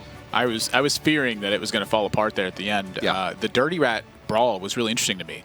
The benefit of playing the Dirty Rat afterwards is that they don't really have any read on what the card can be in Team Liquid's hand. So it's very likely to be a weak minion in that spot. If that's the case, you'd much rather have the 2/6 body. If it happens to be something big, though, you do find yourself in a much harder situation. But if you look at what's big left, it's like a Doomguard. That's it, pretty much. A Despicable Dreadlord. That is pretty much the last remaining minions. I mean, then you look at Firefly, Malkazar, Zem, Voidwalker, Prince Kaliseth, just basically any other minion that doesn't have 4 or more power. So they took the risk. Despite the punish, they got there anyway. I think it was pretty solid play towards the end. But these 3 decks are going to have to do some heavy lifting for Planet Odd as they're still down 3-1 in the series, and now Team Liquid has a ton of options to queue up against this Taunt Warrior. They can basically take their pick, and Taunt Warrior's not that well situated in the current meta. I feel like there's a lot of decks that do well against it. So it'll be interesting to see what Team Liquid decides to choose. I think they have a little bit of freedom here to choose a deck that does well against it, but still save some of their real power decks for when they may need them more later on in the series. Yeah, Warrior is still very scary, though. If your opponent does happen to have a strong draw leading up to the end game with Sulfuras, it can be difficult to win if you weren't applying a lot of pressure. That it can. And they saw the Dirty Rat in there. If it happens to be Quest Mage, there's a little bit of risk extra to that. I think Taunt Warrior is not well situated. I will say that, but it is still a very powerful deck. Fireplume's Heart is just a strong card. Yeah, I mean, Taunt Warrior sort of dominated the meta for quite a long time early on in Angoro. Fell out a little bit, and it didn't, take a slight hit with Fire War Axe nerf. It doesn't deal with aggressive decks as well. Did make up for a little bit with Blood Racer, but, comes out 2 turns later than Fireworks used to. Doesn't have the same effect either. It's just a completely different card. Completely different card. It does give you that extra activation for Sleep with the Fishes, but there's so many of these big board-centric decks that have these huge mid-game turns. And, the aggro decks of old would go really wide on the board with small stuff. Yeah, I mean, we saw an execution on a 2/2 that game. Yeah. Or 2/3 or whatever it was. Yeah, 2/2. It was not big. It was not, no. It was a Voidwalker buff with an a carrier-less veteran. But taking a look at the Warrior wins, Virtus Pro, Team Liquid, and Planet Odd. Really the front runners with the deck. It hasn't been played that much, and in the times that we have seen it played, it's fallen quite early. You know, we saw Team Lull early on, experiment with this sort of elemental pirate warrior thing that had like Argent commanders in it. It was quite interesting. But since then, we've seen the Zoth warrior, like from Team Liquid last week, do quite well. Zoth warrior again. I think it's 10-2 in Trinity Series. That's a strong deck when you've eliminated the really heavy hitters against it. You know, it has been saved for the right moment, and that's been one of the keys to its success. You know, it's not going to beat Priest, it's not going to beat Druid. Yeah. But you're banning those away. Watch. Watch what? I don't know. I can't see the rest of the poster. Watch me. Watkey. Watch you. Watsai. Watchers. Can't see the full H. Now it's just what? What? All right, let's get into it. Game number 5. Can Planet Odd keep this train rolling? Team Liquid. Paladin's strong against this deck too. Oh yeah. Yeah. Little bit of a spectator issue here is we can't see the full hands for Mulligan. They are not both going first. So forgive us for that one. We'll get in a game and see. You can see that Team Liquid's got the coin though. That's that little coin symbol thing means the coin. Oh really? I think so. I remember in 2014 BlizzCon, one of the packages they gave away the BlizzCon gift was had like a coin. It was like a brass coin. Do you still have that? I do. It's got. You have it right now? Not on me, but it's gotten quite corroded because I just left it in the cardboard. Will you have it tomorrow? The sulfur that's in the packaging is. Can you go get it? It's a long way away, TJ. I'd have to fly home or drive home, neither of which sound very appealing to me. Overnight and then coming back. We got time. Go get it. I'll be right back. Got it. All right, Hoy's up. Ooh, weak opening hand for Team Liquid, though. I mean, that's bad. They have no turn 1 play, no turn 2 play, and Planet Odd might be thinking, whoa, is this not Murloc Paladin? But I don't know if they'd queue it up if it wasn't. Well, Acolyte, if they play it on curve, will get punished by the Rallying Blade. And the card draw is actually super key in this matchup for Planet Odd, especially if Team Liquid's going to start off slow here. Let's listen to Planet Odd, see if they know if this deck is Murloc Paladin or not. No. Wait. We'll take a second here. I think it's Stonehill. Because of the weapon? No, in general, the Acolyte doesn't do anything. I'd rather play the Acolyte with the weapon later and Stonehill now to get a play for next turn. Let's get a 4 drop.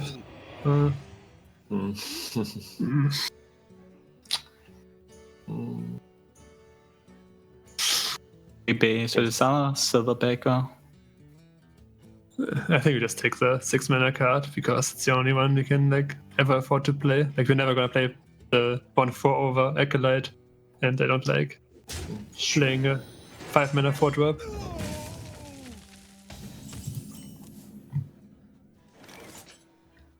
Do we ever go 1 coin 3? I mean, I think so. Right? What else are we supposed to do? Just War Leader. It's between just War Leader or 1 coin 3, right? Yeah. I think it's just 1 coin 3. So we have a better chance to hit a Megazord, right? The thing is, we lose to Blood Razor if we do that, right?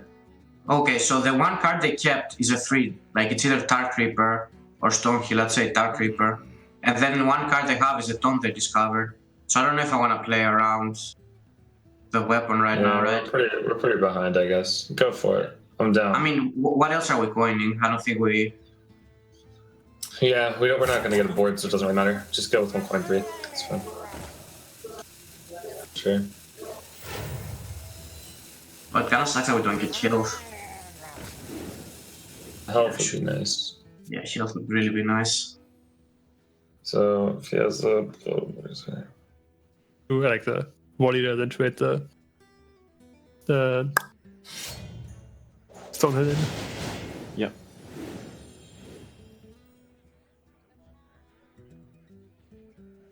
Yeah.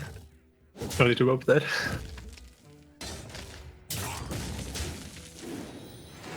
Yeah, I think we win this game. Love to see that. Merit to Hydrologist Hero Power. Mm-hmm. Be better. So they probably want to play a 5 next turn, right? Yeah. Probably Alley or 3/6. To use the weapon to kill, which is kind of annoying, but we also get the secret, and then we can go. So this turn's like Hydro Hero Power, next turn's a Megasaur Yeah. secret.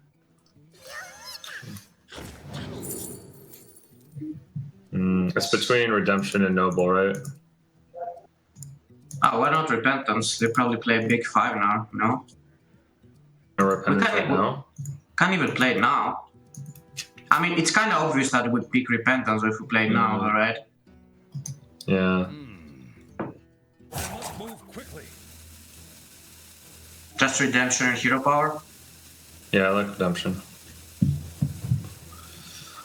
I think Repentance is too easy for them to play around. Yeah, exactly. They know for sure that's bad. Just play it this turn. I'm going to disagree with them, TJ. Taunt Warrior does not play around Repentance very easily. No, not really. What are they going to do? Drop their Firefly into it? I disagree with you, Team Liquid. Do you really? Yes, they could have limited this to 1 draw. Not that that's like their priority. I mean, their priority is to get stuff on board. Yeah. So I understand their argument there. Yeah, and their plan was to play the secret alongside the Gentle Megasaur. So they sort of pigeonholed themselves into that line of thinking. They didn't think, well, what if we play the secret this turn and try and stop something going forward? They went into it assuming that it would be a turn 5 play with Megasaur plus secret. Yeah. So that's really the question. Is playing Acolyte of Pain into a Repentance a strong play around for Taunt Warrior? That's a tough question to answer. I personally don't think it is. You still think that right now, too?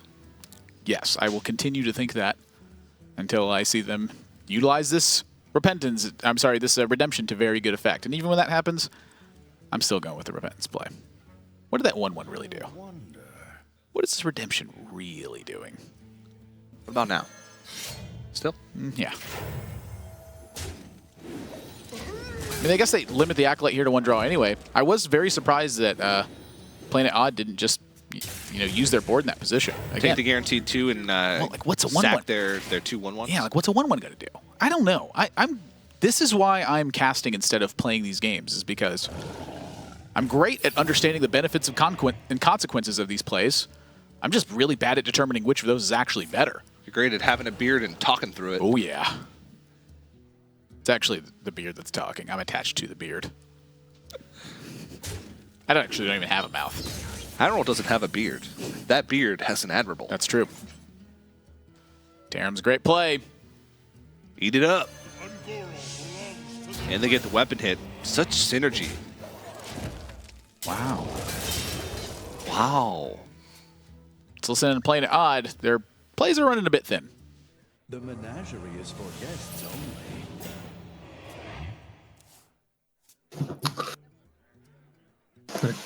Whoever with good sleep is always 4 damage AoE we need. We have another damage AoE with the weapon, so we have 5 damage AoE ready at any point. And they don't have Murlocs out to get Divine Shields or anything. And Primordial? Do we not Does it die care to about Primordial? It doesn't die Wait, to so Primordial. it goes to 7. This is 3 plus... No, it doesn't die. Never mind. Yeah, it's that, right? I mean, I don't like it on the 3/7 because it just dies to execute. Yeah. No, it's only 3/3.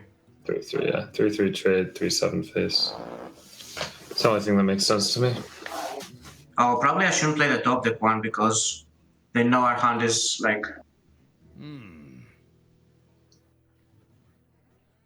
heavy. I'll play the one we had.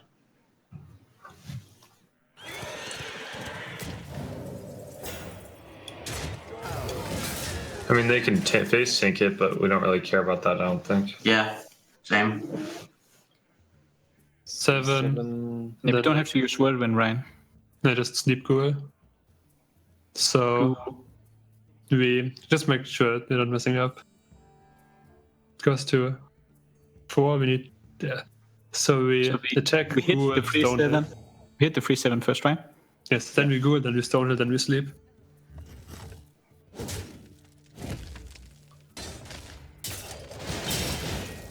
Stonehill now.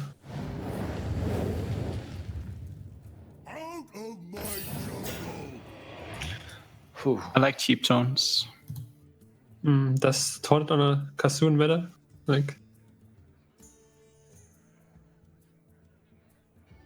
killing our 6/6 Taunt has some value, right? I'm gonna take. You just take the 1/2. No, we go for. Oh no, this. What did you want? 3/6 push. I mean, 3/6 is who is favorite card pusher. Curator. Valve. Let's see what we got. I mean, we can also go like Valve in Bone Mare, but I don't think that's play, right? Actually, might be okay.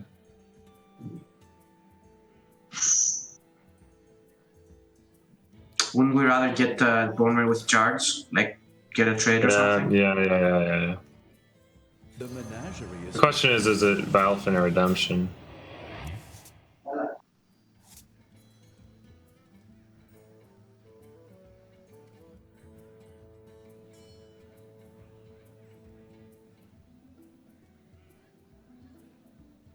I think I'm fine handling Redemption, right? We can just do it on the Tyrion turn. Yeah, I like Valfin more. Is it Valfin or Chum? It's Valfin, if anything. Show Valfin. How many Wordmans did they play? 1 Ghoul, 1 Blood Razor. Yeah, Drake Viking in hand. seems. Yeah, Valfin also has better Justice Stick, so we can get They'll just Mega double Star. trade and Drake. Yeah. It's not often that the Murloc Paladin has to fight from behind on a board state, but this is one of those games. Planet Odd, I like their position here. They still have, some good tools to fight back on the board. Brawl, things get sticky, and then they're already almost finished with this quest. Only 3 more left. Yeah, still quite a ways to go, though. Team Liquid having that heavy early hand means that they can fight for value for a long time. And that's one of the big benefits of Murloc Paladin, is that if you don't get those super aggressive starts, you still have a ton of value left in the deck. So Planet Odd is not anywhere near out of the water yet, but Team Liquid hasn't secured an advantage at this point either. So just still a ton of fight left. And that's a pull you like to see. Going to get rid of a lot of pressure, and they're just going to load up the board. I like it. They're going to fight for that board, and I'm just saying, Stubborn Gash completed quest. It's a good card. It's a good card. I would just put it in.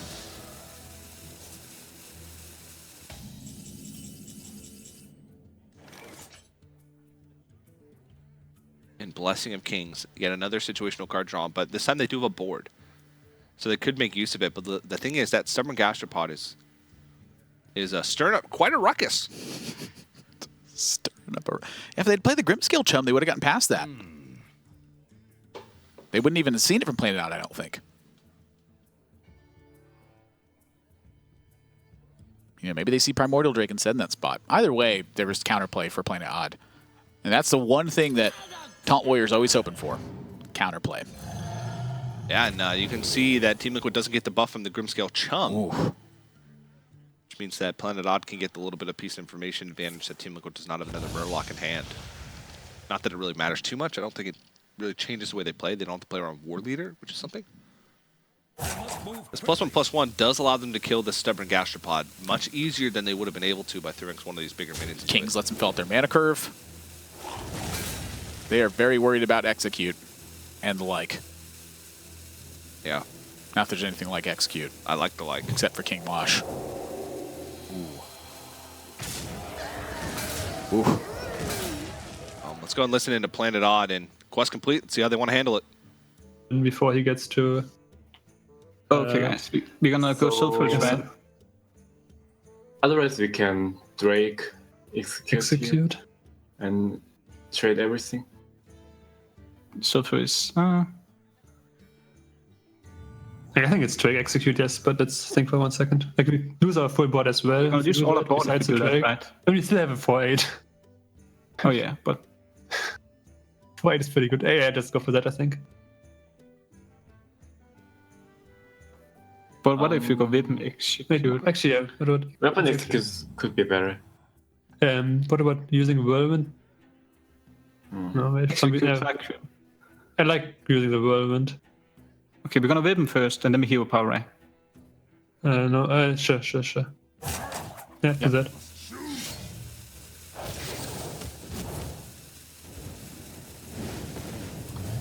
Okay, now we just play the Dark Reaper, execute Dark Reaper. And trade everything. Do we hit, we kill, right? Yeah, trade everything. Trade this 3/6 into the Murloc as well. I use both Mega Swords, but I wanna think about like Borneo or whatever. Okay, Blade, Cobalt, Hero Power. Yeah, seems good. Think of anything else? Go for it.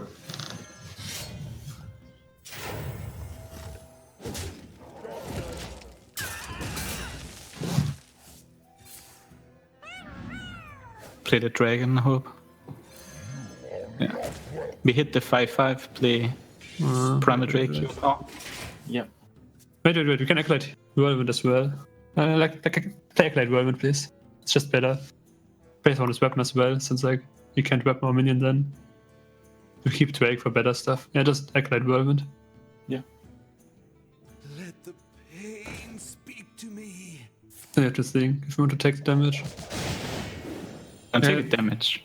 So wait, we take 5 damage and deal 4 damage more if we hero. No, I hero think power. we Hero Power first. Yeah. Like we can just outlast them then if we don't take damage here. Obviously we will kill it if we don't mind taking damage. Hero power misses, but it's better this way. As we hold the weapon charge so we can set up for hero power later. Methodically cleaning up the board. That's the name of the game. And that's the liberty they have when they're not under that early pressure. They get to save tools instead of expending them. Methodically cleaning up the board, Heroes of Warcraft. Let's drop the Heroes of Warcraft part and just go with methodically cleaning up the board. That actually does have a better ring to it.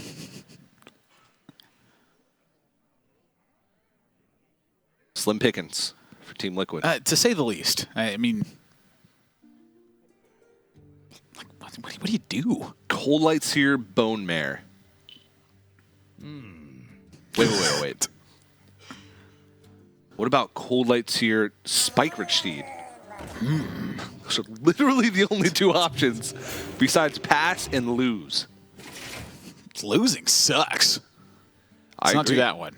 And just still big stuff being picked up by Planet Odd.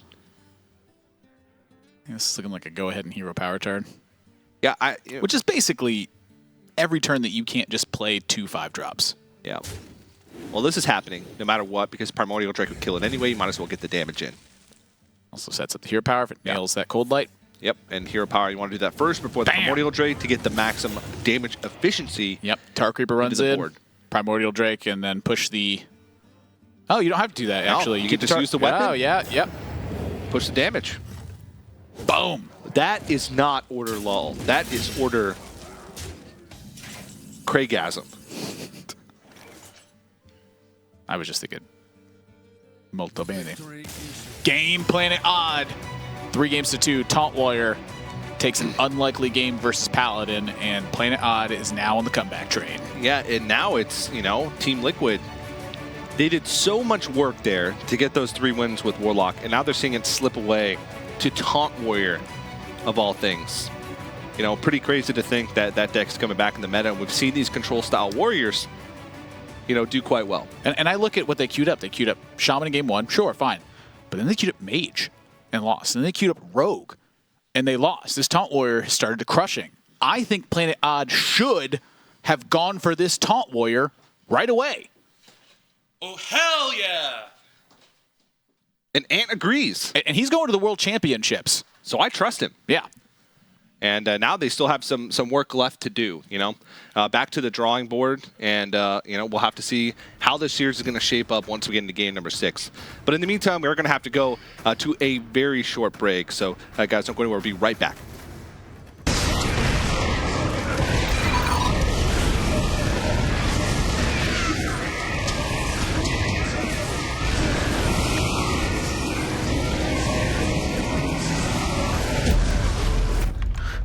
I seeing this? Game, record, and stream without compromise. Only on Intel Core i7.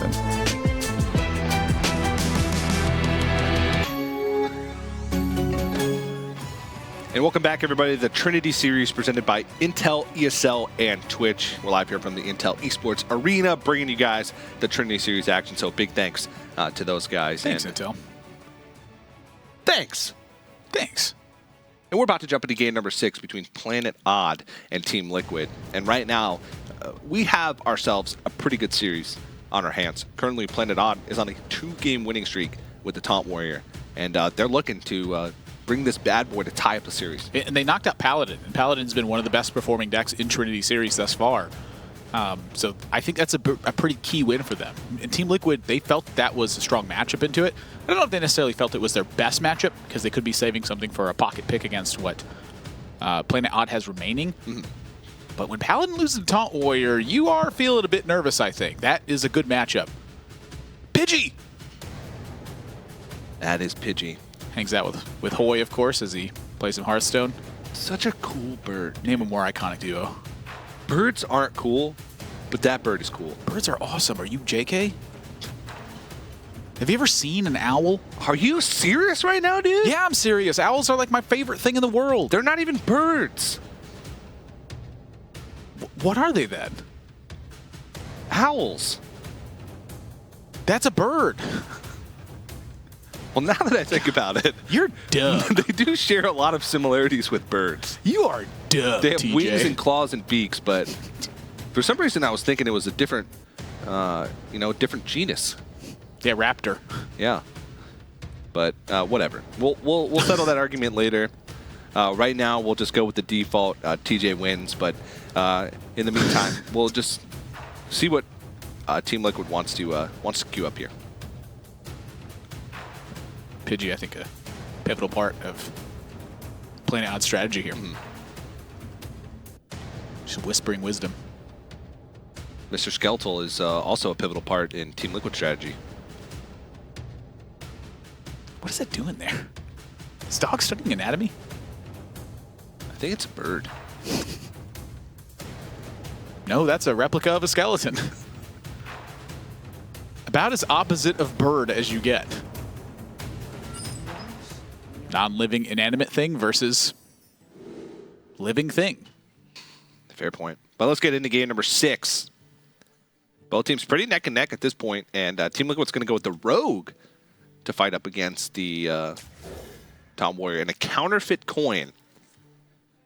But we do see a bunch of tempo tools, so that's just the counterfeit coin tech in the tempo Rogue. I actually don't mind the counterfeit coin because it just lets you do more powerful stuff. It lets you activate Vilespine Slayer without having to have the natural coin or one drop.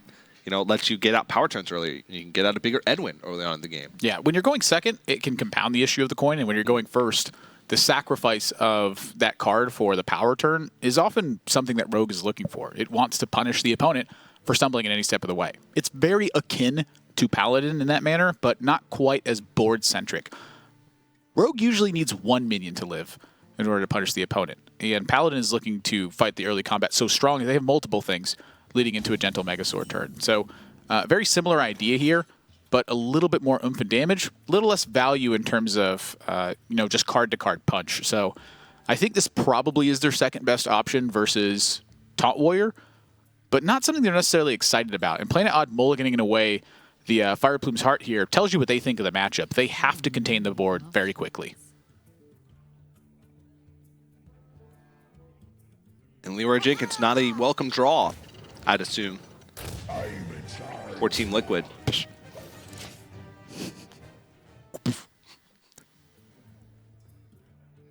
For how many times he's been shot out of a cannon, you'd think he'd been injured once or twice now.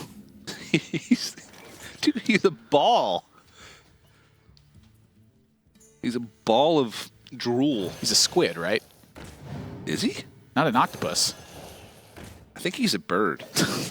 Let's go and listen into Planet Odd as they get through these early turns. So we just coin gore here? Yes, we waste the coin, but I don't want to take the damage. Hope we get a free draw. Yeah. I think we backstab trade and then play Shaku. Yeah, Agreed. that's better. We're on the same page. Nice. Wow, so many decisions. So many Love it. decisions here.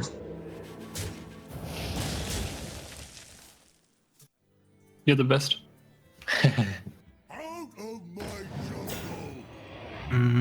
Do we ever take Dirty Red in this matchup? It is very good in this Metro Red thing. Yeah, keep it. Take it, please. Like next time we weapon, and then we can play Dirty Red, attack, execute on turn 5. Yeah, it's also good against Boltzmann. Flower. Yeah. You draw first. Shaku. Draw first. Or their book chart. That's not very good. I think This is very good if you don't like winning. That's true. All right, I think we print straight punch. Yeah, easier. Right? Yeah. Yeah. They play that from the top, by the way. Yeah, and also kind of fast. They didn't play Tark Reaper, or? No. Karen. Got Karen going for us.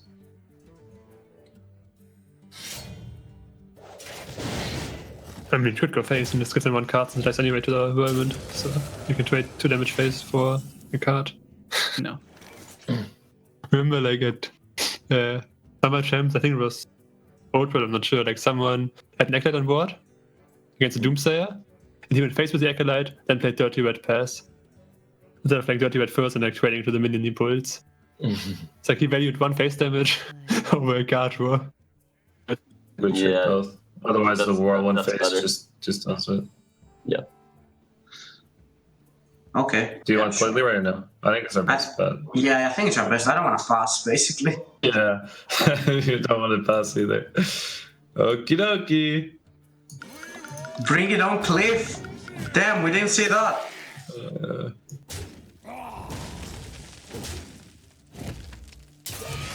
Getting that 6. So we led here. Yeah, I think we led. I'm not racist, I promise. You Dirty Red, right? Yeah, we dirty led.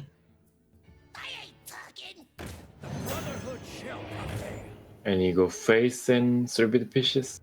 We're trading. Better to use execute, maybe? Yes, execute is definitely better. Take the 2/3 and execute. Like we save 3 HP on our minion, Yeah. and we have 2 executes anyway.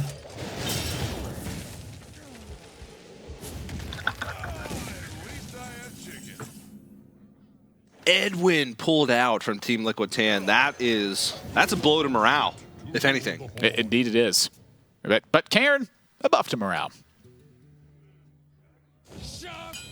Ooh, Ali Armorsmith.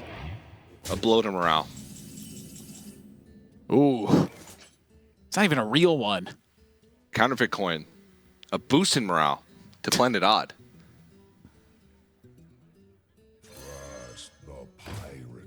I am not trusting that code right now. This is bad news for Team Liquid. Yeah, and Rogue, the one thing that they struggle with is card draw. Rogue just doesn't draw cards.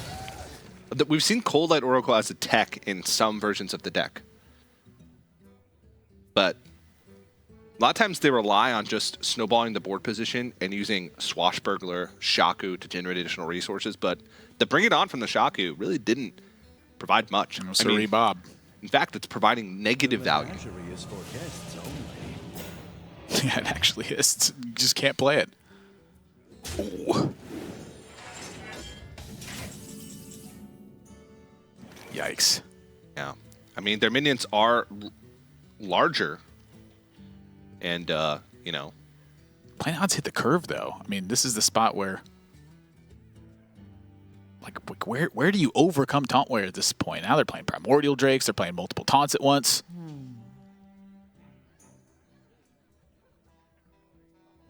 They're armoring up.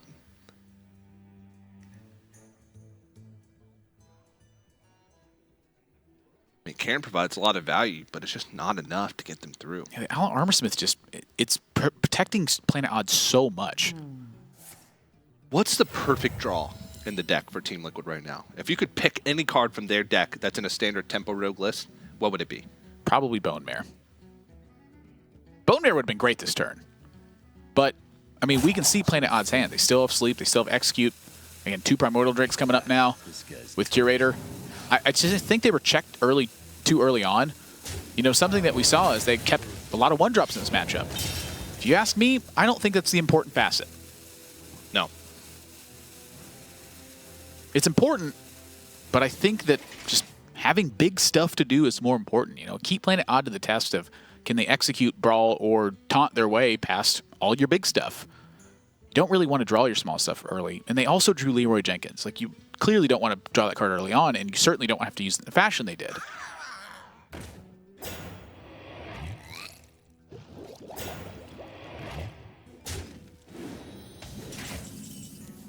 All right.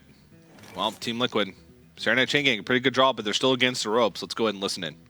Gonna do. Yeah. I double trade into the alley. Yeah. I think we hold. Do we hold back on 1? Or do I kill the Tar Creeper also, or no? I mean, if you kill the Tar Creeper, the minion dies to the Drake, right? Yeah. So I don't know if it's worth it. To the Tar Creeper. Yeah. So Cairn and a 4/4. Yeah. Yeah, Kieran and Desai.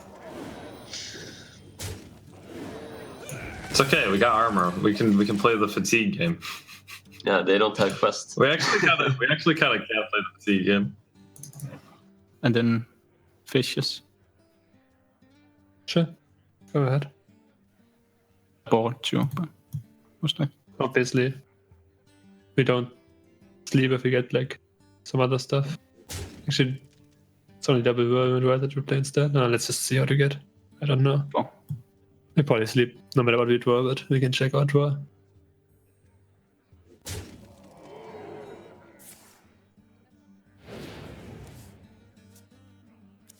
Ooh, how does the weapon work out here? Like, weapon sleep is just a play, right? No, it's only killing the 4/4. We just fishes and play a 5-drop, right? Yeah. Bone Mare, but that's fine still. Yeah, okay, sure. Go ahead. Yeah, that's better. My bad. Yeah, right.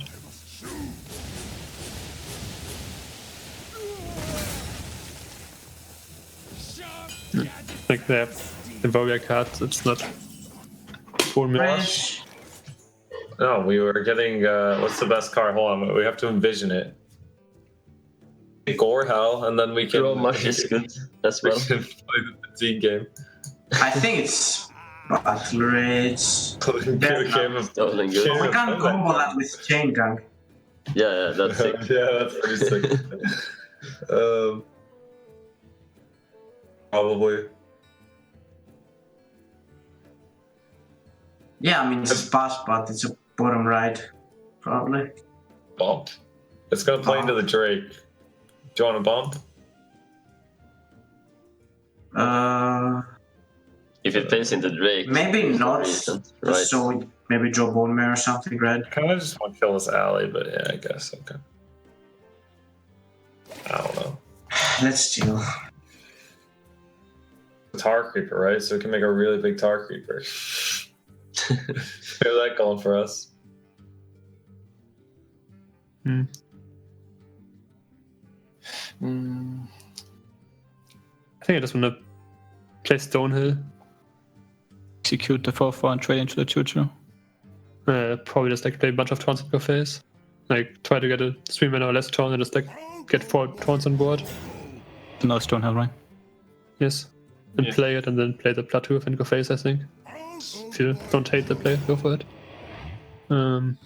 How? I don't like the armors miss. I think 2 mana was better, but it's fine. We don't lose this game. I had to go face. But I think you want to have the chance to like plat raise sleep execute and play a taunt behind that. So I want to have something for less mana. Just want some more value. Yeah, we have 2 tracks on hand. I'm not really concerned about value.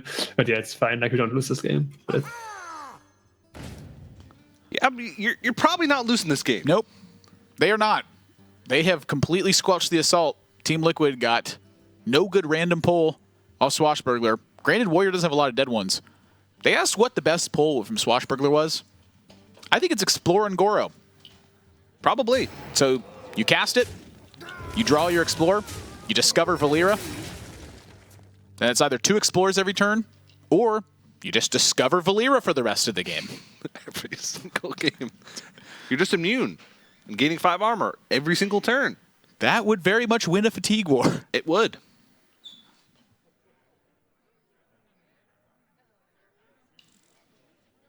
And this Taunt Warrior, I mean, they're making it look good. They're playing it well. It's textbook play. You know, they probably have a lot of practice from the previous meta, but Team Liquid also just wasn't able to find much gas in the mid game.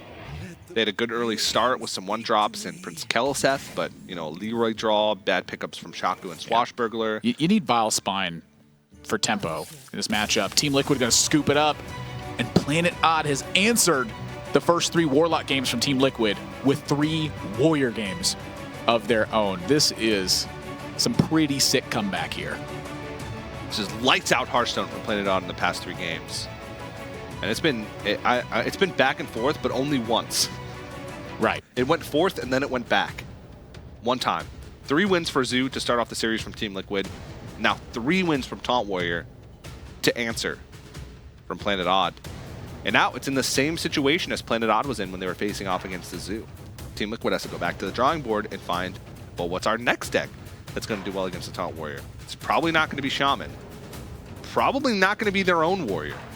Well, why wouldn't it be their own Warrior? Is N'Zoth Warrior bad in this matchup? I actually have never played Taunt Warrior versus N'Zoth Warrior. I don't know. I would think N'Zoth Warrior has an advantage.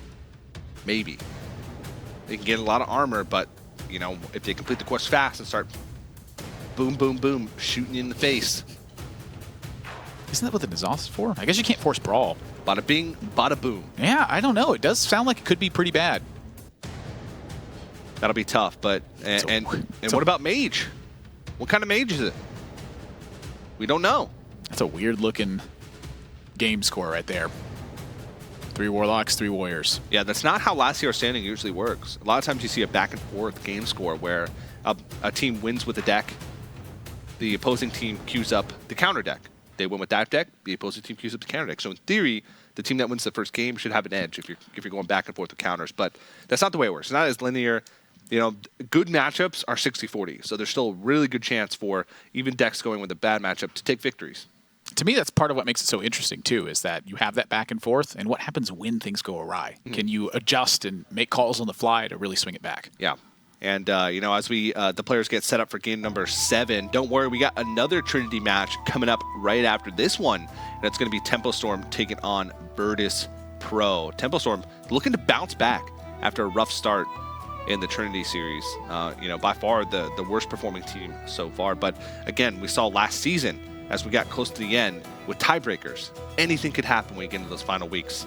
And of course, the tiebreakers this season is based off of the win-loss ratio for game score after that initial tiebreaker. So a little bit differently than it works in the previous season, but still, even if you start 0-3, you can bring it back, win out in the final 4 weeks, end the season 4-3 in a good spot to make the live finals. So we'll see if Tempo Storm can do that later on today. Yeah, nature of round robin is you got to play every team once.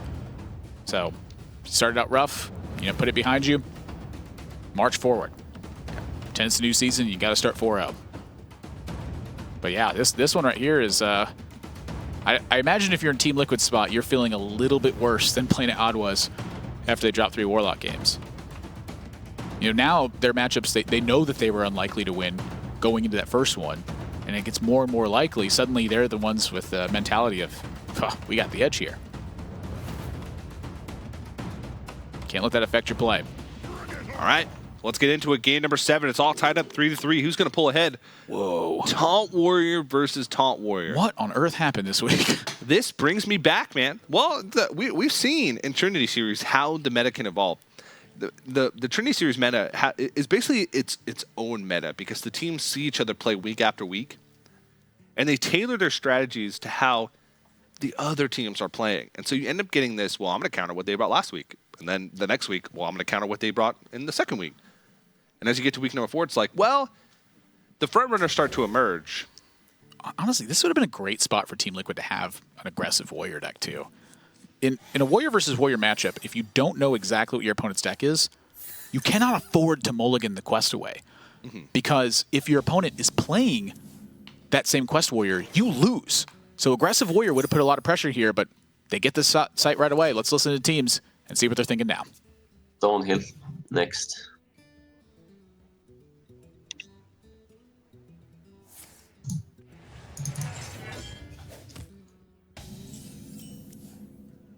Nope.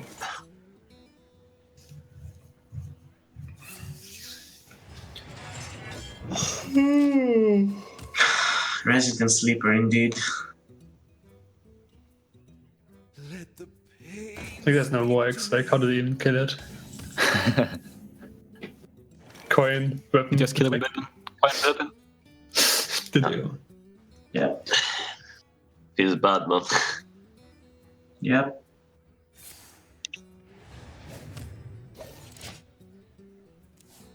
Cool.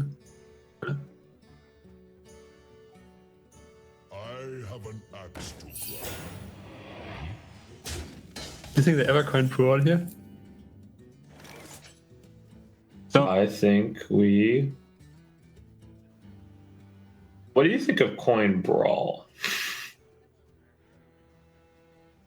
It's not bad. But Play the Direhorn first, then Brawl. yeah, I think it's better to develop first. I think it's Direhorn, right? Yeah, it has to be Direhorn, I think. Yeah. I mean, if Brawl you is have like it's almost there. Yeah.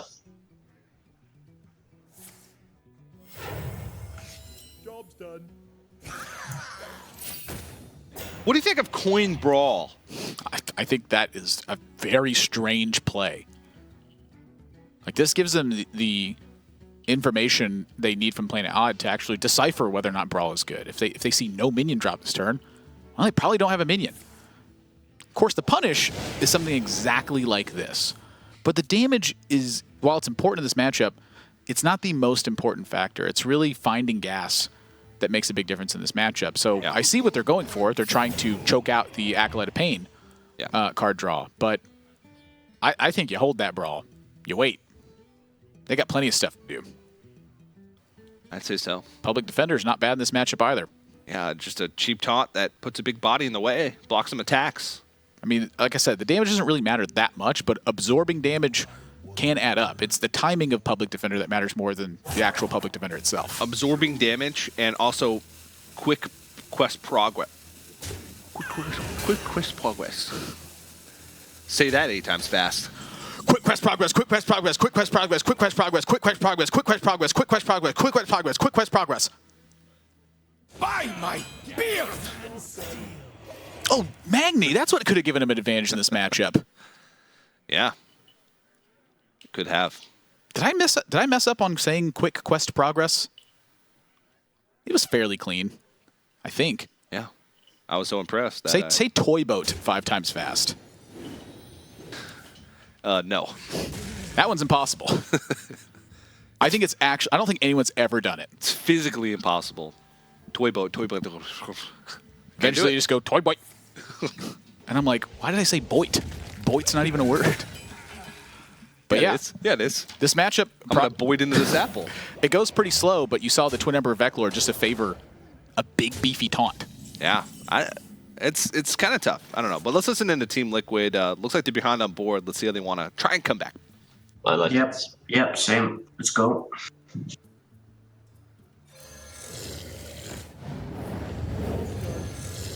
We have Blood Razor Tar Creeper into Drake. So our quest is at 4. His quest is at. But they also have like a taunt from Stormfield, which is bad. Yeah, he's pretty far ahead. He's gonna get it 2 turns before us, probably. Okay. Do you want to play Emperor? Yeah. What now? Only to draw 1 more taunt, that should be doable. Obviously, they're 5 drops, not 2 drops. That's gonna cost some time to play them, but Really bad couple. You're not doing much. should get the quest up relatively soon. For sure. Good thing is that execute is down. We have to do it. And then he's probably going to jam Drake, but then we can go bump execute. Mm-hmm. Job's done. Oh. Okay, play the track, play the track. Good job, boy. Like now we have weapon armor smith and 2 armor smith other weapon. Also pretty good now since. Like, Good job, Hoy. Good job, Hoy. Nice pickup. Planet Odd's gotten a lot more playful as Hoy's been racking up wins here.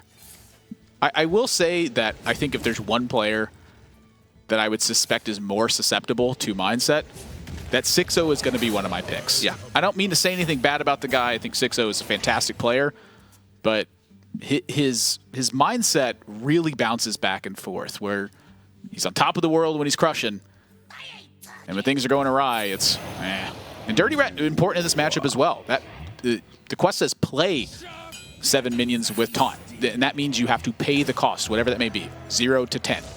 Yeah, and Team Liquid now is 4 taunts behind on quest progress from Planet Odd, and with a taunt pulled out, it's slim pickings. Well, second Primordial Drake's a decent pickup because they can get a lot of value out of Battle Rage in the coming turn. Well, they're looking for Battle Rage value now. Yeah, I guess so. That would be much better. You're right. They want the Primordial Drake to be set up to wipe a board and then pressure a bit here. But they're behind on health. They're way behind on quest progress. This is where Planet Odd wants to be. They have double brawl, which that can serve as an isolation tool for the hero power. And that's really the big one, is the double brawl. In this matchup, I remember in the days of yore, players like Pavel would win so many mirror matches, and it was seemingly on command they would win them. And something that they constantly did was be aggressive with resources and save brawls for aggressive purposes. And here, Planet Odd is very close to that moment, if it's not now. If they'd drawn Sleep with the Fishes, that might have changed things, but here, isolate the minion. And then the thing to consider is, do you smash in the Sulfuros to the minion or not? Focusing that damage towards face has been a big deal as well, from what I've seen. Yeah, So, and I'm taking 5 here every time to get that 8 damage guaranteed. They're ahead. Use that advantage now. And Team Liquid needs a lot of help. 16, that's 2 hero power shots away. They still have 3 taunts to go before they get the quest progress. So let's go ahead and listen in now to Team Liquid to see how they want to handle this turn. 5 red. I don't see anything else.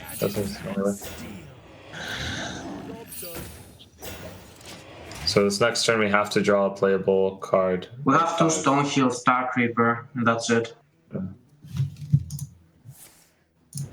Alright, hit the 6-9. That's fine. And what do you fray? Spool and Ellie. Yes.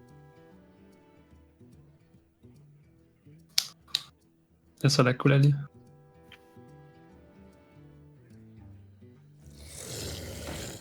I really thought we had this game, but now it's Well, like, all you can.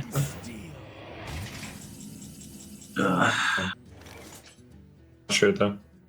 We don't even draw anything with Curator. Break and then trade. That's pretty good. What did you say? Go Curator trade? It's either Drake or Lich King, right? There's no other options. Yeah. Do you play Doomsayer though?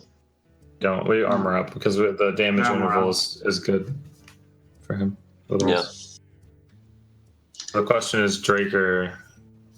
I mean, I think Drake, right? Yeah, then we can trade, right? I think Lich King is slightly better. We don't. It's not good to trade here. Yeah, we might get something. Yeah, we might get something good. Like there's just. Yeah.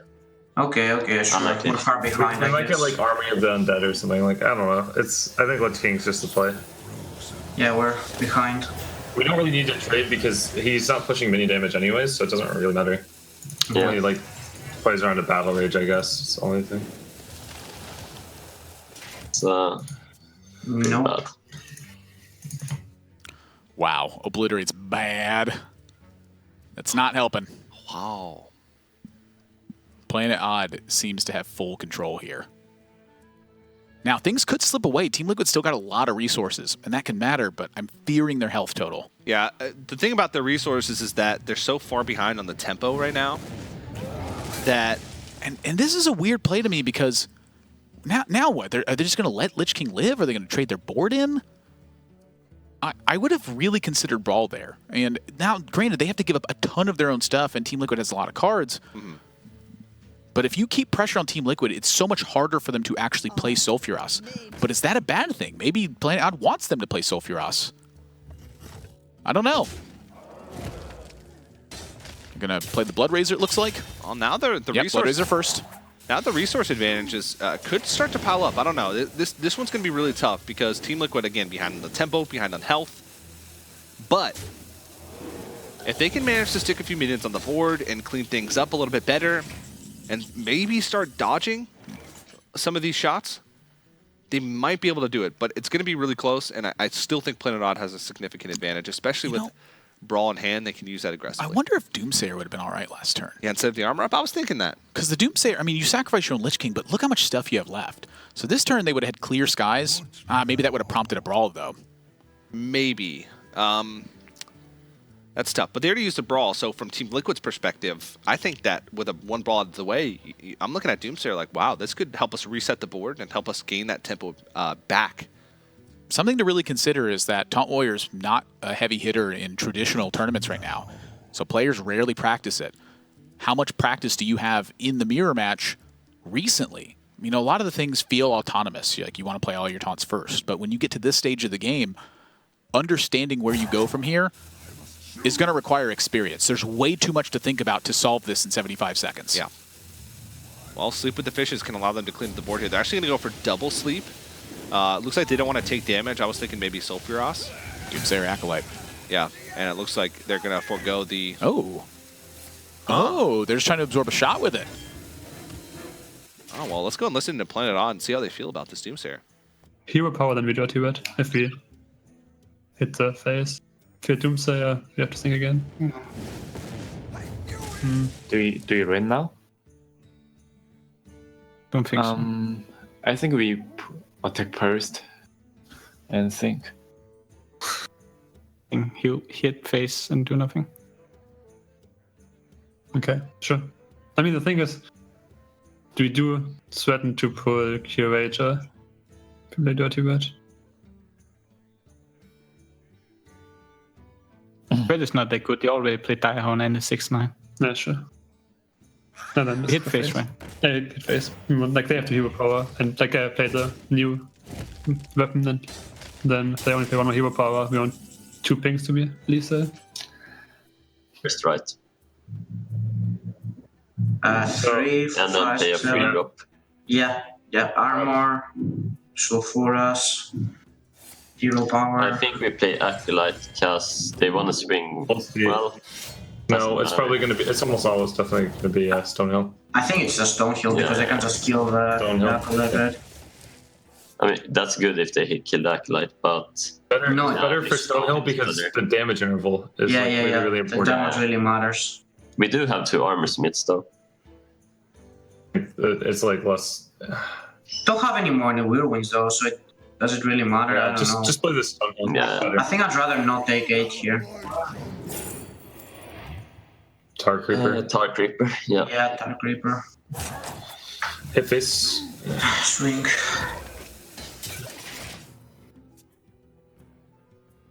So we could attack Whirlwind. Yeah. But then, how much does it matter? Because we missed the 2 damage from the weapon, so that means that we need 1 more ping if he has no armor gain. We don't have any armor smiths or one. If they have no armor gain, then it's like... We should just hero power pass then. Hero power. I think I like hero power pass. Yeah. Hit face, please. Face, right? Unlucky. Yeah, I hit face. Think so. No, I don't think so. We have Acolyte left, right? And we have Brawl to like hopefully get the face attack in anyway. Yeah, we also have better rate. Yeah, hold the weapon, please. I mean, for better rate, you could use the whirlwind, but yeah. I think we play Drake here, right?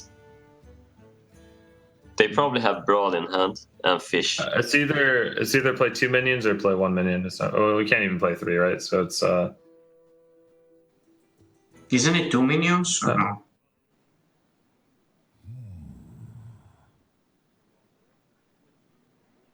Wonder. I mean, they don't want to brawl 2 minions, right? You think they will? I think I like. Fish is I very think I like likely, that. right? In their hand. Oh yeah, that's true. Fishes is very likely. Ooh. It's more likely than Brawl. Yeah. So if we play Tar and Acolyte, We it's take really it. bad to Fish, Yeah. right? Yeah. So just primordial hero power, right? Yeah, I like that more. If we do take the 8, it doesn't matter because the damage is off, right?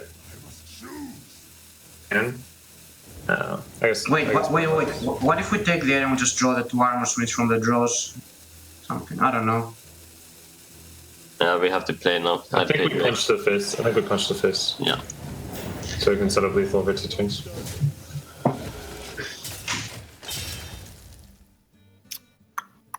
So we heal power. I don't see what else we would do than heal power and Drake, so I don't think much to think about. Yeah. I just play the Drake. Like we never can keep Drake to combo with other stuff. We need to.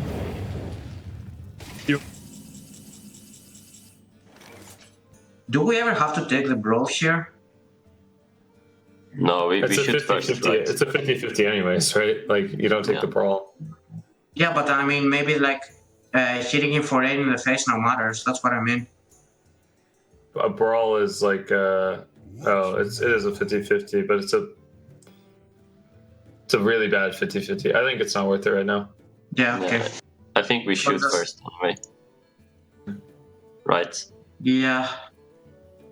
And we play Acolyte and Dark Reaper. No. If it hits face, we equip the Blood Razor so we can brawl next turn. Face. Yeah. I agree. Yeah. Shoot first and see where it goes. Play. We still might want to get the damage. No, we want to play 2 minions here, right? Yeah. 2 Dark Reapers. I think it's Dark Reaper Acolyte. This way it dies to sleep. Yeah, you're right. Double sleep. tar is better. Really. Yeah, double tar is better. Okay. Let's go. Oh, this is so stressful now. We could check. I mean, I guess we just 30 at first anyway to like. What do we? I don't want to take the attack because of then we're gonna get down on. Yeah, I guess if he gets another minion, you can attack and like a 1/4 or whatever. Like you might attack that and well and sleep, but I think we dirty red first and then decide. Yeah. Now we brawl, right? Yeah, fatigue doesn't. We can't get him to fatigue. It's still 5 cards, so yeah, just brawl. But we might want to attack the Acolyte. Probably not.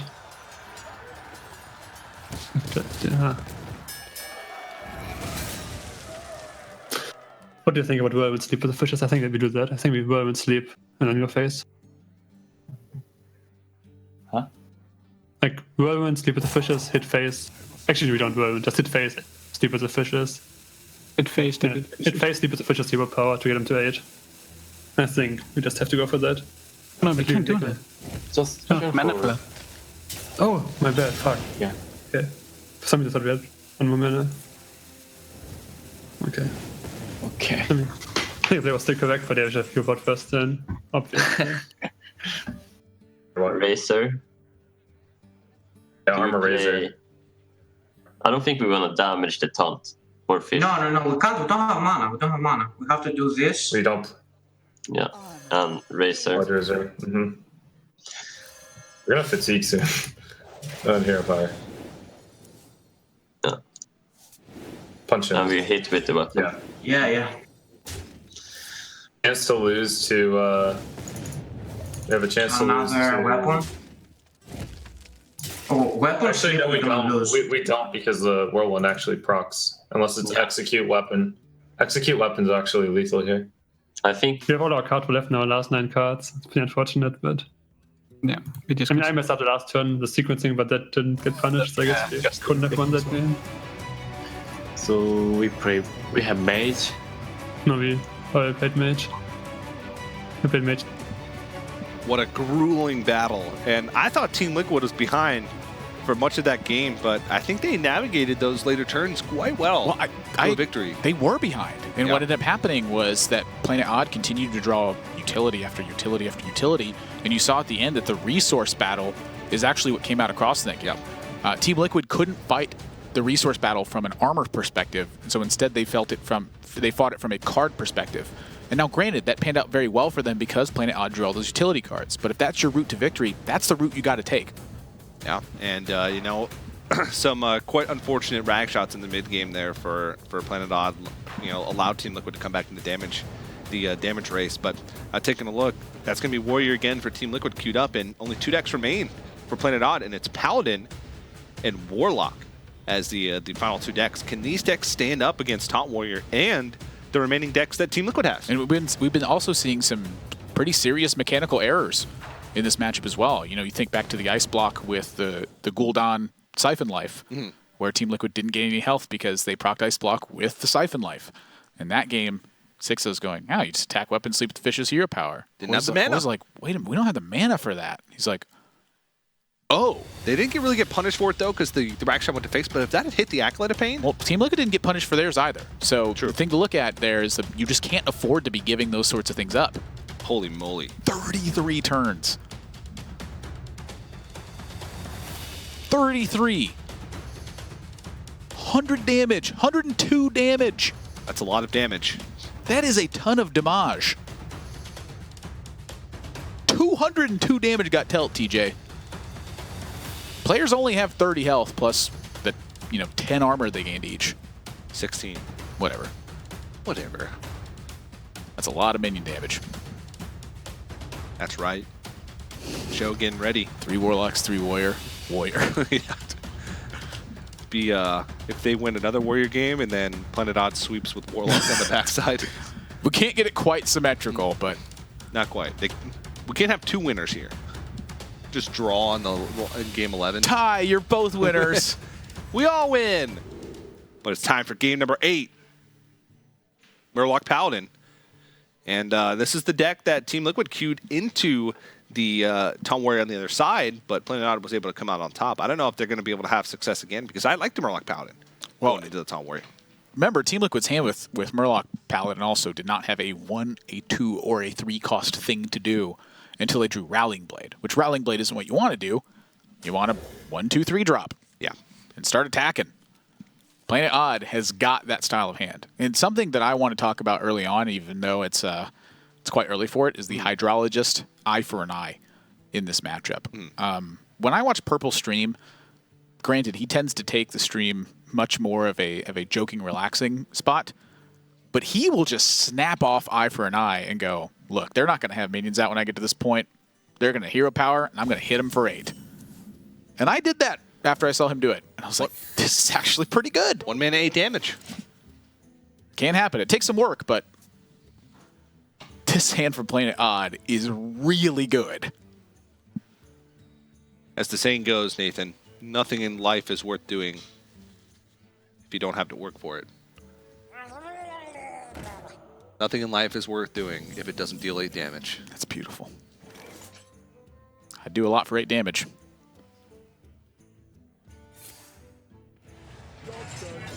Let's listen to Planet Odd. Their early hand is very strong, and Surrender's got a smile on his face. Come. We just play 2-3 here, right? Yeah. Yes. I don't see any reason. Like if you didn't keep call Curator, I would want to coin Protector. But since we got 2 Curator, I want to save the coin. Yeah, I want to save coin here. I wonder. Like, I don't think I'm too worried about him like grappling or wally down turn 4. I'd rather save coin and okay, just pass. They kept up. They played one Tar Creeper. If you draw a Tar Creeper, we're fine. They have the number 1 is what they kept. So what? Yeah, and they kept one more. They kept one more, and they played it. I think it was Rockable. So I guess they kept Hydrologist, maybe. No, I don't think you keep it. And why not 1, 2?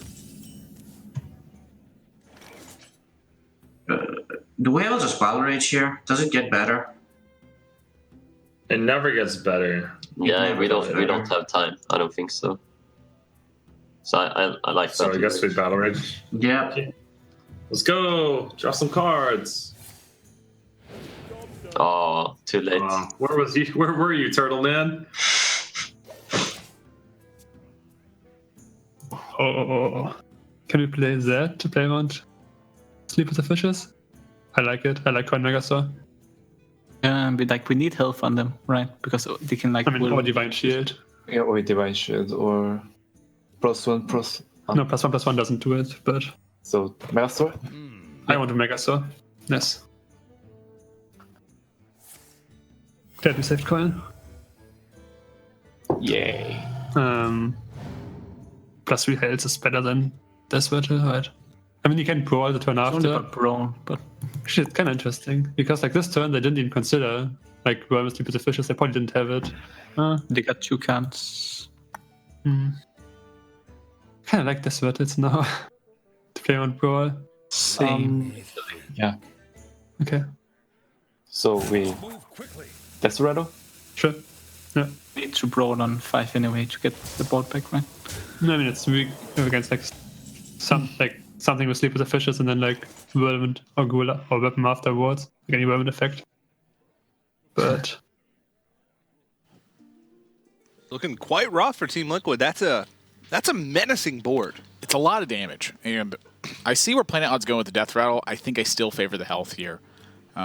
Brawl is the nod to the Death Rattle, but Sleep with the Fishes is the nod to the health, and yeah, it's kind of 50-50 which one you play around. The Sleep with the Fishes requires Team Liquid to have an activator for it as well, so I think there's a strong math perspective for playing around Sleep with the Fishes. I'm sorry, playing around Brawl more than Sleep with the Fishes, but health will protect them from just taunts. They just put a lot of taunts in the way, you just keep bashing through. Now, Team Liquid is quite a bit behind, and they're going to take a lot of damage. This is a 2-turn setup for Team Liquid to try and clear off the board, and boy, is it going to be difficult.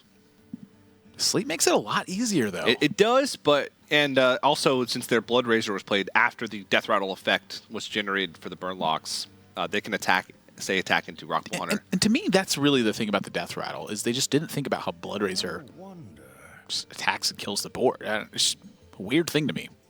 I think I go for either the War Leader or I go for Megasaur and look for health or damage in that spot.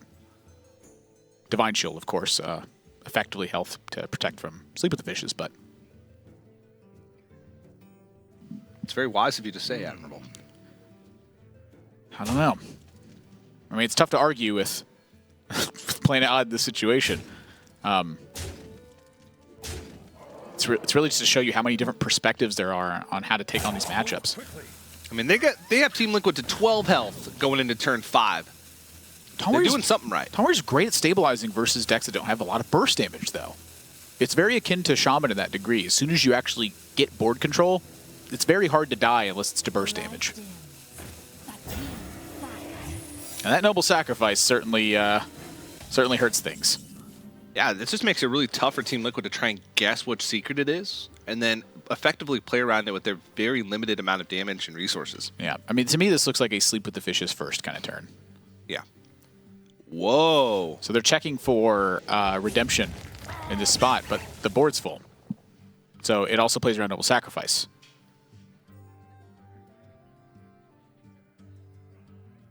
Well, this will be a full board clear, but that's a lot of resources. This plays around Redemption. Yeah, this is actually really good because this plays around the Noble Sacrifice super strong.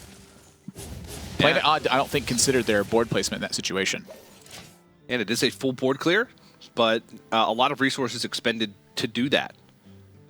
But now Planet Odd, Murloc Paladin, once you stop that first, sort of board push, if you can stop the second one, that's where you're golden. Because a lot of times Murloc Paladin has reload, but it's about, can you reload enough to try and push those last points of damage that you need against the Taunt Warrior? And Consecration picked up. It's actually fairly reasonable in this spot for Planet Odd. It allows them to push a little bit of damage. I mean, I imagine they would like something else, but it's not the worst card in the world here. Yeah, and I do like. I like that. I like taking not the card draw here since they have Curator, Stonehill, and Primordial Drake. Just pull damage off the board. Yeah, I was thinking maybe slam the Murloc War Leader, but that would have played, right into Spike Rich Steed. So. Yep. Let's go and listen to the Team Liquid now. They're starting to get pretty low. Let's see how they want to handle the next couple turns. Get down for sure. So Bone Mare next turn. I think it's fine because they're gonna Bone Mare the War Leader and then with Drake, right? Yep. Yeah. Just Curator. Curator, right? Yeah. Well, if they just have some like cheap cards now, we're not looking that bad. We have Drake into Drake. Yeah, Drake into Drake is sick. Like they Drake then, like everything besides our Bone Mare. We have a 5-3 against their 4-8. It's actually pretty bad. That 4-2 and play Curator. Sorry, watch the play. But then they're still gonna trade Primal Drake clean. Yeah, it's not good. No, I guess we have to play Bone Mare, but it's pretty bad. Do you see a better play? What about Curator and trade with 4-2? Actually, yeah, we have the Noble Sacrifice. Yeah. What? Oh yeah, he doesn't get the trade. Yeah. So, okay, go with Curator first. Otherwise, we can Bone Mare and trade with 4-2. No, we don't like Bone Mare because then he plays this Drake. Like we know he has Drake and that we kill the 8-2 then. Move quickly. Get the 4-2. The menagerie is for guests only.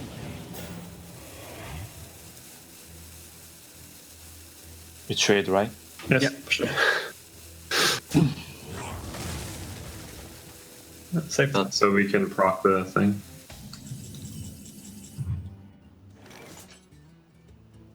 Yeah, Stonehill and Direhorn, right? We could also ghoul this turn, but I don't. What does Ghoul really do? doesn't Right? do anything. I mean, it disallows them from buffing the 1/1 to trade into the 4/2, but it's nearly impossible for them to buff it. Mm-hmm. Yeah. So I think I like the other more. Let's discover first. Is the best, right? Which one? I think Cornered Sentry, because we can go Sentry and Drake. It's what's a 2/5, right? What? It's gonna be a 2/4. Isn't Serenite just better? Like, No, we can also go like Sentry Ghoul. Yeah, it's a that's true. 2/5. It's like not that big of a deal, right? But it's more mana efficient. Like we're gonna complete our quest soon, so I think I like Sentry more. Yeah, Like everything else seems too expensive. Up to you. I don't know. Not 100%. And play that. And then so. Don't trade. Don't hit. Yeah. So we know they have like a Murloc now. We know they have a Megasaur and probably a Drake. Did you see if they drew 3? I didn't really pay attention. I think they drew 3. Yeah, I missed that too. They did draw 3. It's on Drake, it's Cobalt Skillbane, but yeah, close. Pretty spot on there, Fino. Yeah, I really like the sequence here from playing it out as well. Because the Noble Sacrifice wasn't procced, because they had a full board, it's just been sitting there. So the trade with the 4-2 disallowed the attack with the Curator into Primordial Drake to clear the board. And if really nice spot. If Team Liquid had forgotten about that, which they didn't, great spot from them as well, they would have been in awful shape. Great spot. Let me think.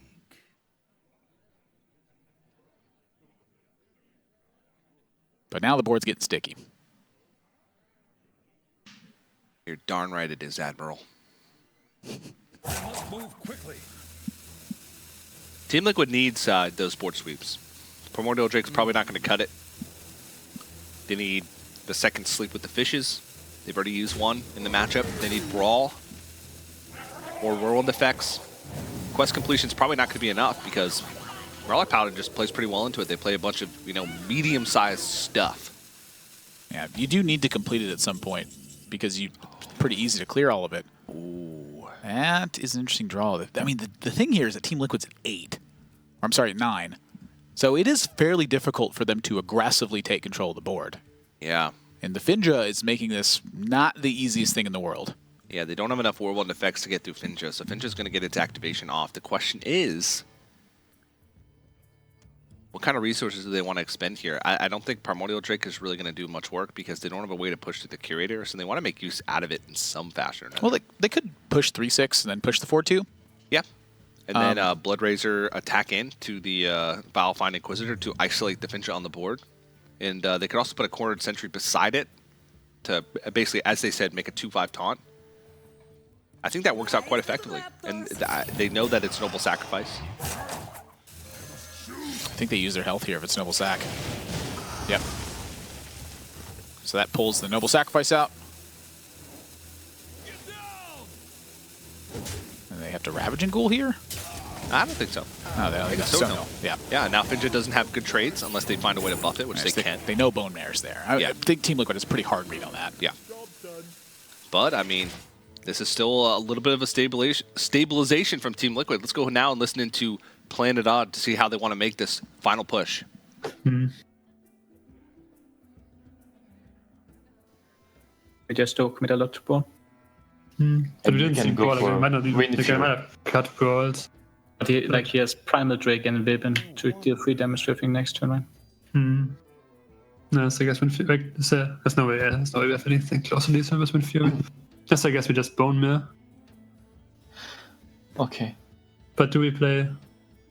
No, we just Hero Power, right? Since he has Drake anyway, so And we trade. What do you trade? This is 7 HP. To hit a 2/5. Goes to 6/9. 5. What did you say? I think we killed a 2/5, right? Yeah, I think so too, but not sure. Like, no, should do it. Is there a point of playing Hero Power? So I guess if he's always gonna. If he doesn't pour, always gonna attack. So I guess maybe we should not play the 1/1. Or if we want to face tank. That's it. We go to 4.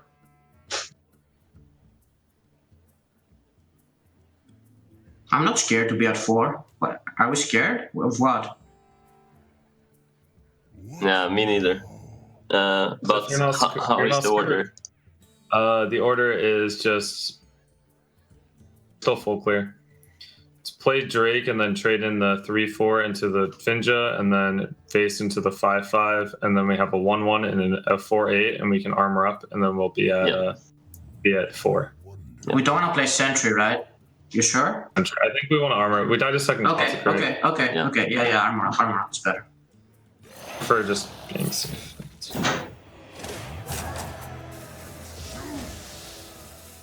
Should be a full clear.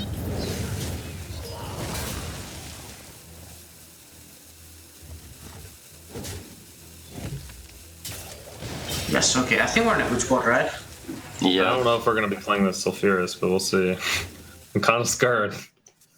I mean, there's not that much that...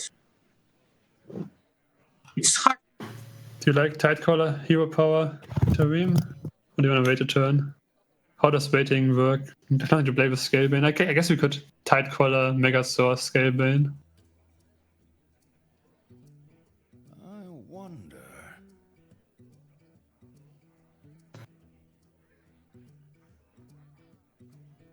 And what adept do we hope?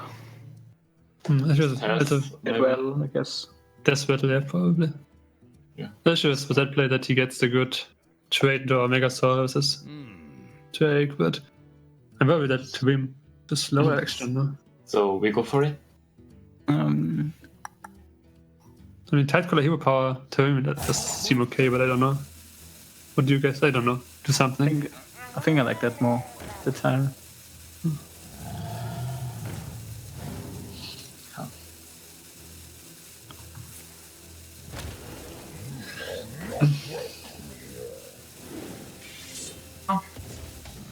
Let's think this through. Yeah.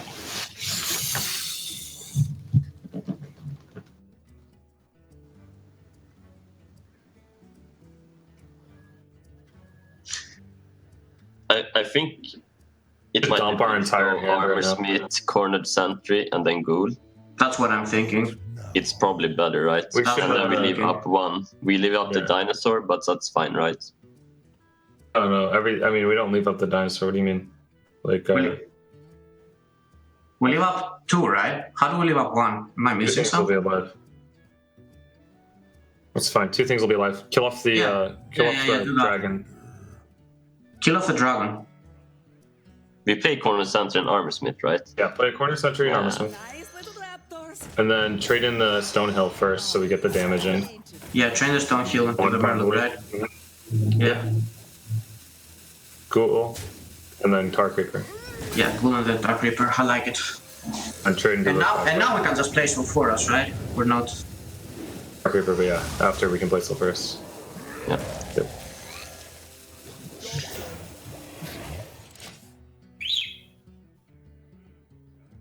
So It's one of the last 2 cards as a weapon, like the crest weapon. yeah. So value trade and Tarim, right? Only do 1 value trade, right? Yeah. I mean, we could blessing, Pressing. but no, it doesn't make sense. I don't think. So we kill the 2/5 and the. Do we kill the Tar Creeper or do we keep our Murloc for Murloc buffs? I think we kill the Tar Creeper as well after, like value trade and then Inquisitor hero power, Tarim, and trade our Murloc into the Tar Creeper. The Hydra into the Dark Reaper instead of the 5/3.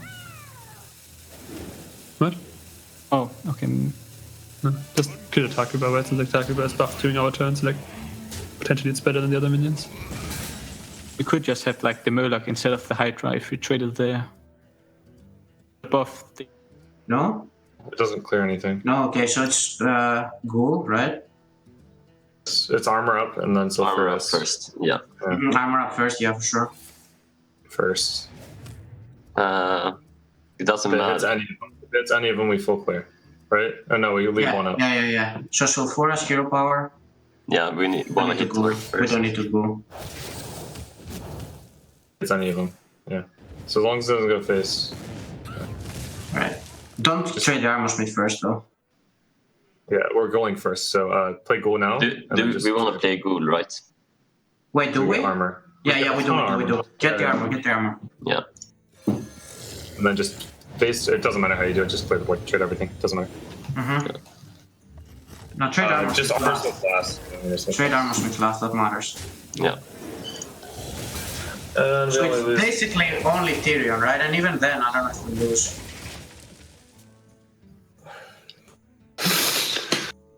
Yeah.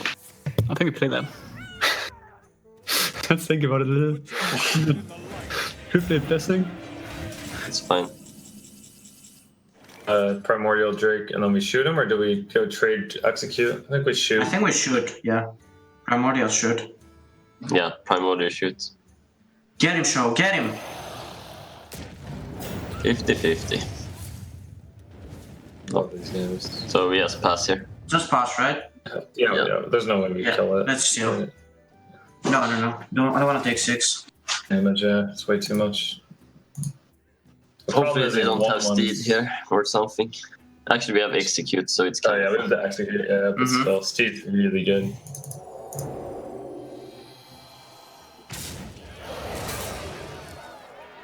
Basically, all of our draws are good now, except, I don't know. Well, any taunt is good. We have any brawls taunt which is are bad. We have a lot of stuff that's bad still. We have like Lich King, we have 6/9, we have 2 allies, we have Acolytes are not that bad. Probably like Doomsayer and Sleeps are the worst draws. No, Doomsayer isn't that bad. Is it? Kind of sets up clear board. Just like, do you think you play any Whirlwinds? Like, it would suck. I mean, Whirlwind doesn't do anything because I have the 3/1. I can't really play Whirlwinds. I actually think we hero power, really. I think it's hero power, please. If you don't, hero power. It's better. But you just win if you have nothing in hand. Okay, but then we just the facing it. We get them to 1, otherwise they have to still trade the 3/1 in. Yeah, I think this way we just have a good next turn and kill him anyway. But sure, there's ways we get punished. But Okay. But we don't have any whirlwind effects left. Yeah, exactly. That's why we have 0 whirlwind effects left. So I think we just execute here now. So we're gonna execute, and then we're gonna punch the fate. Wait.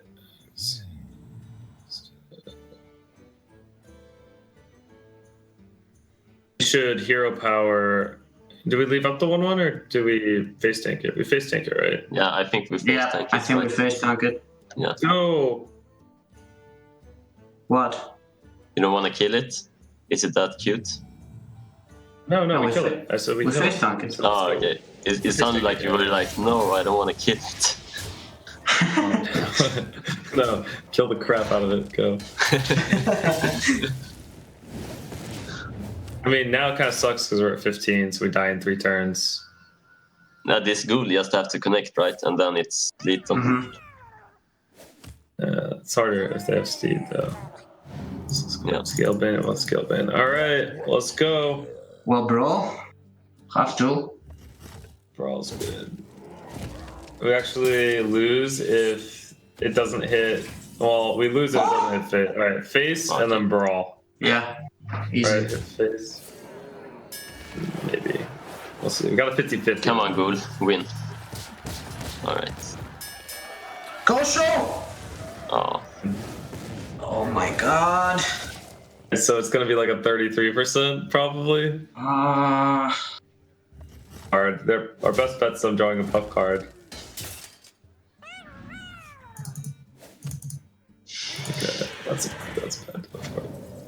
Damn. Show! Doesn't help us. All right, Yeah. it has to hit face.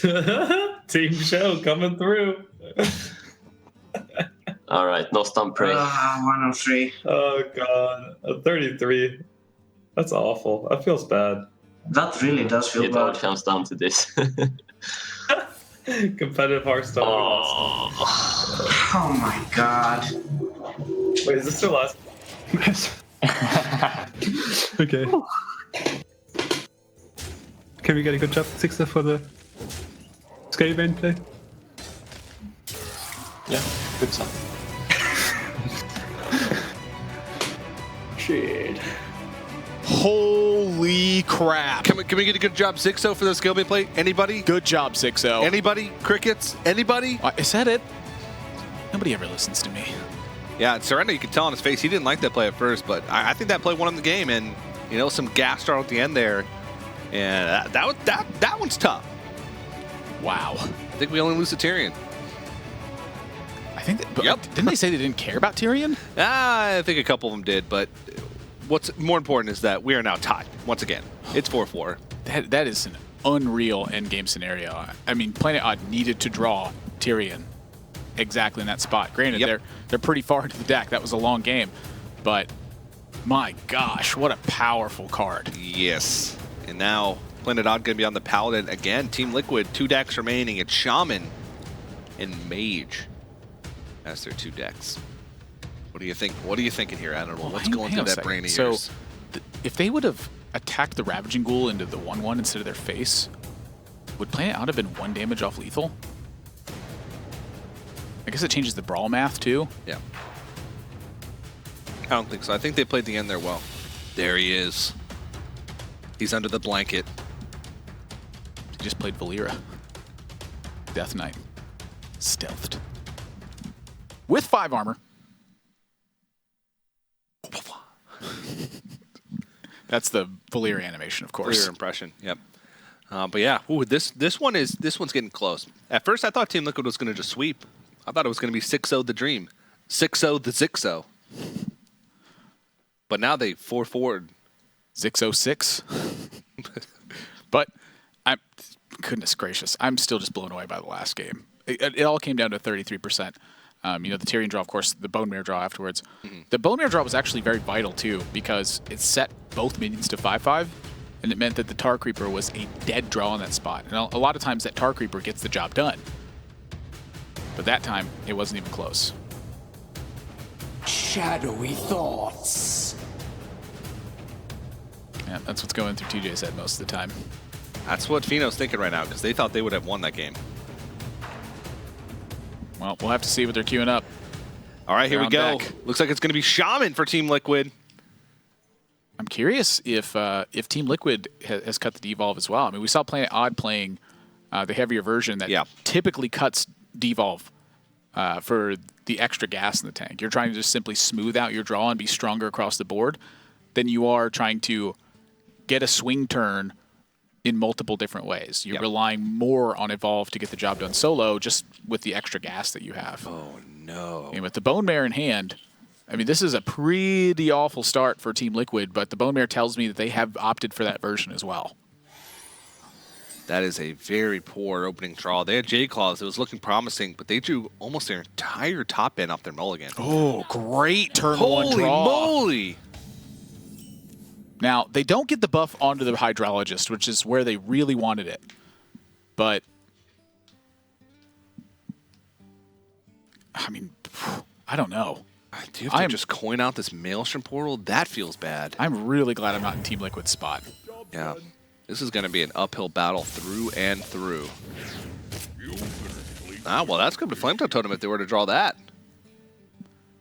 And Planet Odd, they're just going to rip the 3/4 and say, we do not want Jade Claws or Flametongue Totem to be able to fight against us. Just good old Totem Golem. Yeah, and you know, the game plan for Murlocs is basically just keep summoning even larger Murlocs. I'll summon a larger and I'll summon a larger and larger Murloc.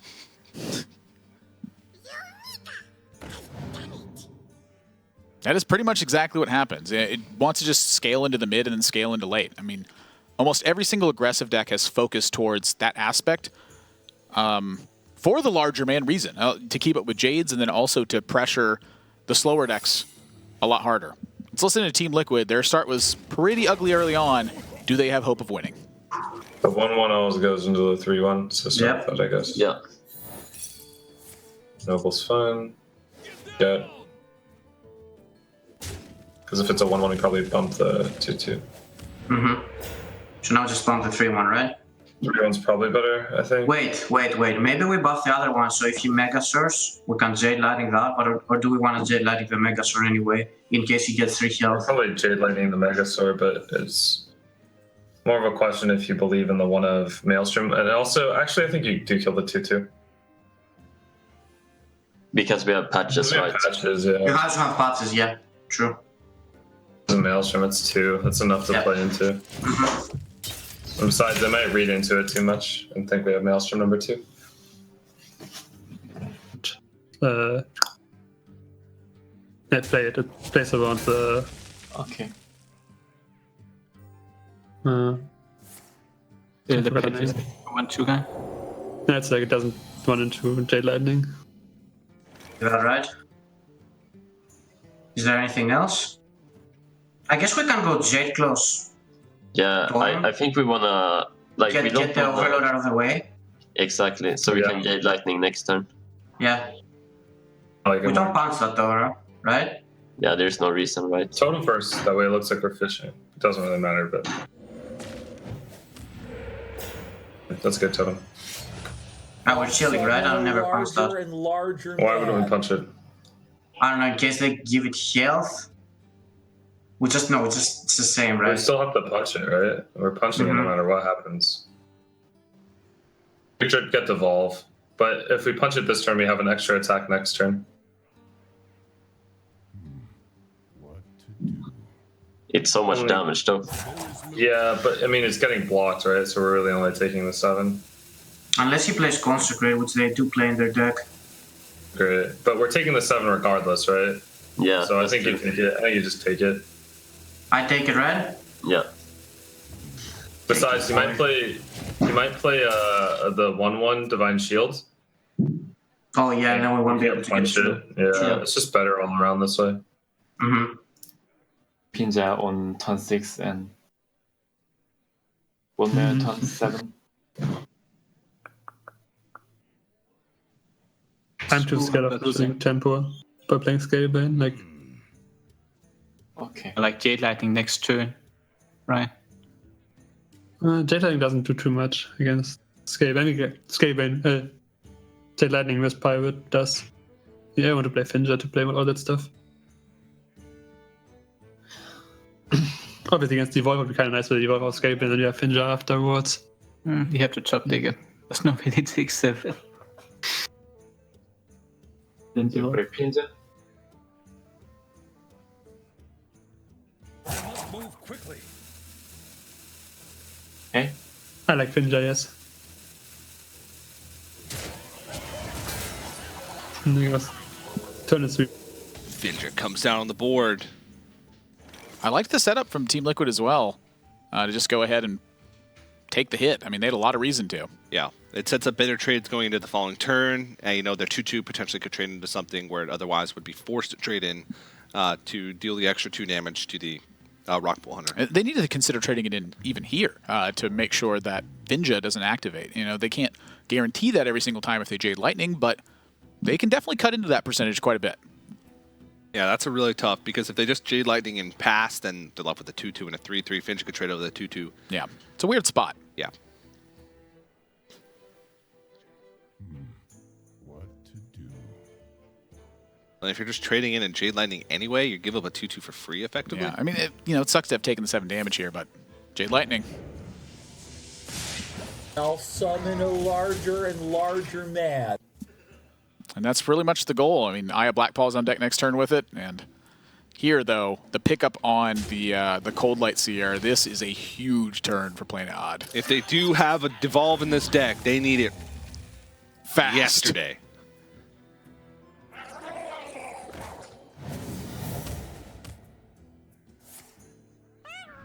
Yep. Makes sense to me. That does make sense to me. I'm all over that. And there's no argument for Doppelgangster this board. It will just simply die. So you could absorb damage, or I'll summon a larger and larger mad. and that makes it hard for Planet Odd to trade in too, because even on the trade-in, I'll summon a larger and larger mad. but that's exactly what Planet Odd's doing, and they have Bone Mare to compound this issue. So I think Team Liquid is in a lot of trouble here. Yeah, I mean, because they took that 7 damage earlier from attacking in, they're already at 16 health. They're going to need a miracle. Yeah. Team Liquid, I think, did set themselves up the best way they could. And Planet Odd still has cleanup work to do. You know, they just ended up drawing a couple Murlocs. This could get dicey, but it's part of what the Finj is there for, is to make sure that you can sustain against that. Pull some of those Murlocs out of your deck so that way you just draw better. Yeah. And here, it's, you know, Team Liquid basically did nothing to affect the board. So this would be a good time to get aggressive, but they do have to think about Bloodlust, they have to think about Flame Tongue, and of course they have to think about any Evolve effects as well. But when my opponent doesn't answer my threats, that's usually a good time to push. Let's go ahead and listen to Team Liquid as probably approaching their final turn. 3. The 5-5 left over. Do we have how much health left on that? We're dead, right? Dead, yeah. So if we double trade and then Bone Mare the 5-5. Yeah, then we survive. We survive with a lot of health, so that's the play. Trade everything and then Bone Mare. Yeah.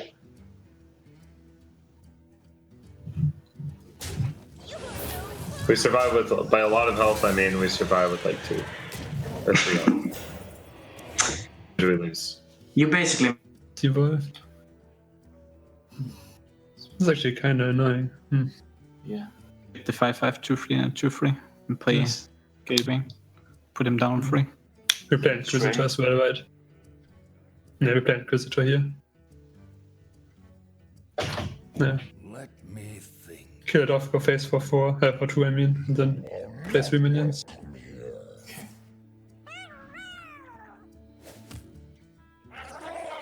Ish. I mean, 5k, I mean, we probably lose still, but. Yeah. Evolve. We got taunt. Firefly, great. Wait, So we have to go 9 drops. Are there any 9 drops? What 9 drop saves us here? The Mammoth. Mastodon, yeah. Sogoth? Sogoth too. And Mastodon. Are there any 10 drop taunts is more important? There is no 10 drop taunts. Okay.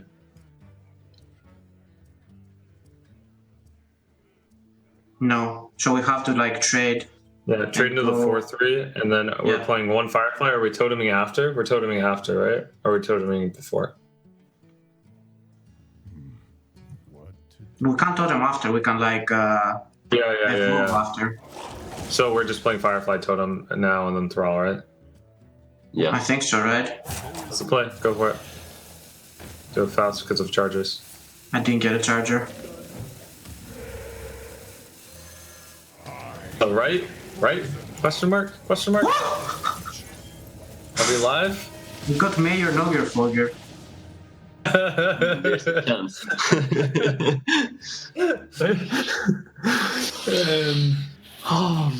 I think we play Seer before we do attacks.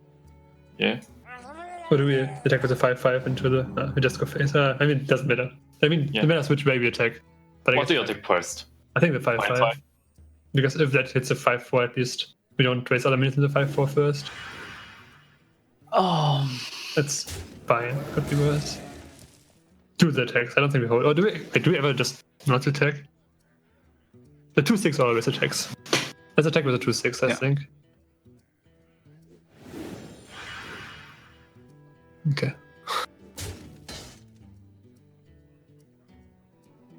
The 1/3 has 2 good targets, 1 bad target. You also attack with the 1/3. Okay. Because they got like a good belt. You can trade with So we the attack? Yeah. You can choose which target to attack. Okay. Attack the 5/4, I guess, if you don't mind. But whatever. It's completely random. There's no like. Good job. You only missed the 1 attack. It's I'm kind of disappointed in that. But, I mean, only if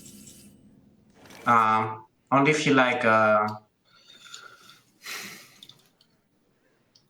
Kills the mayor. If he kills the mayor, it's worth it. only if he kills the mayor, exactly. So no matter what, it should be Doppelgangster this turn. Yeah, and I evolve. Oh, evolve can hit something else though. It's random.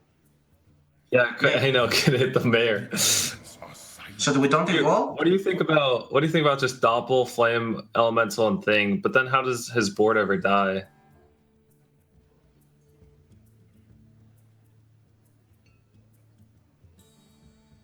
I mean, we always do. We can just OTK, like evolve. Maybe hits Nogger Fogger and we kill him with Bloodlust. I guess just go for the Doppel thing. Do we even play Thing? Yeah, we play Thing. Flame Elemental. And don't attack, right? Yeah. Good. This is Hearthstone. This is Hearthstone at its best. So we should attack first, right? I think the 5/1 attacks first, yeah. Yeah. It's kind of to go phase, by the way. Like, we just go for it. Let's go. Okay. Also, The 5 attack minions like first, by the way. All the 5 attack minions first.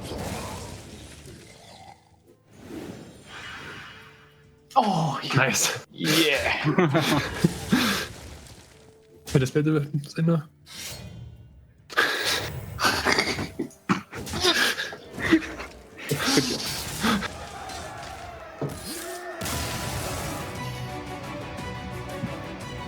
That actually got really close at the end. I thought it was, when that evolve came out, Finn was like, oh, I thought they got the Mastodon or the Sogoth. I was like, wow. But nope, Marinogafogger. Yeah. Almost as good as a taunt. Now, the targets still have to be legal targets. Yeah. It cannot cause you to attack your own minions. Yeah. But say it's something like Blessing of Kings. Blessing of Kings can target any minion on board, so that could actually go onto your opposing minion. But as far as attacks are concerned, while it hits at random, it always hits an opposing thing on the attack. Yes. And now Planet Odd 1 game away from securing a series that they were down 3-0 to start things off. So their Warrior deck doing a lot for them, and now Murloc Paladin also getting the job done. They still have the Paladin plus the Warlock remaining just to clean up the series. And on Team Liquid, their last deck is Mage. They have to win 2 games in a row if they want to take things. And they've been really reluctant to play this Mage. So I wonder what deck this actually is and how good of a matchup it's going to have against the Murloc Paladin. The Mage, can't think of really a single Mage deck that performs exceptionally well versus Murloc Paladin. Me neither. That is not a matchup you want to fight. An early strong start from your opponent can just be lights out on a Megasword turn, on a War Leader turn. Me neither. All right, go ahead. Your turn. How do you stop an Admirable in his tracks? Me neither. Me neither. Here's Dog. The last hope of Liquid. The last hope. The Mage deck. What is it going to be? Is it going to be Kazamicus Mage? Is it Secret Mage? Is it Control Mage?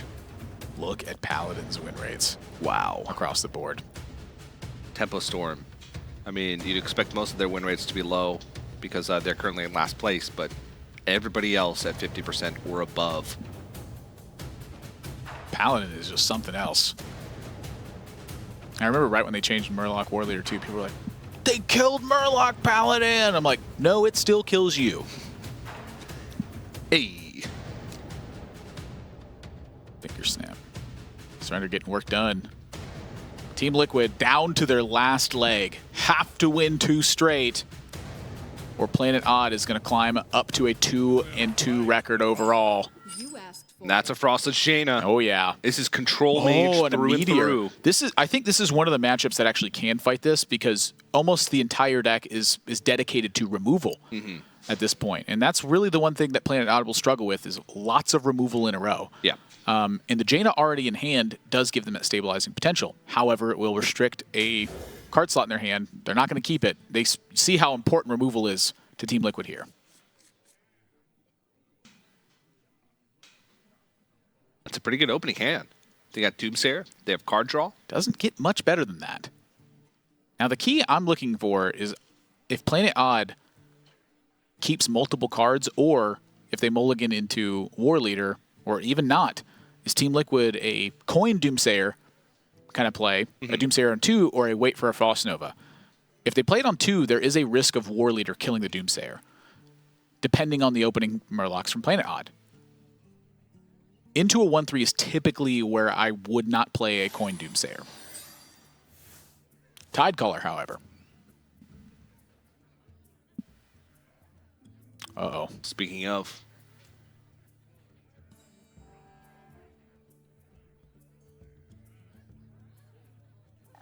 I think I go for Tidecaller here. Same. Me neither.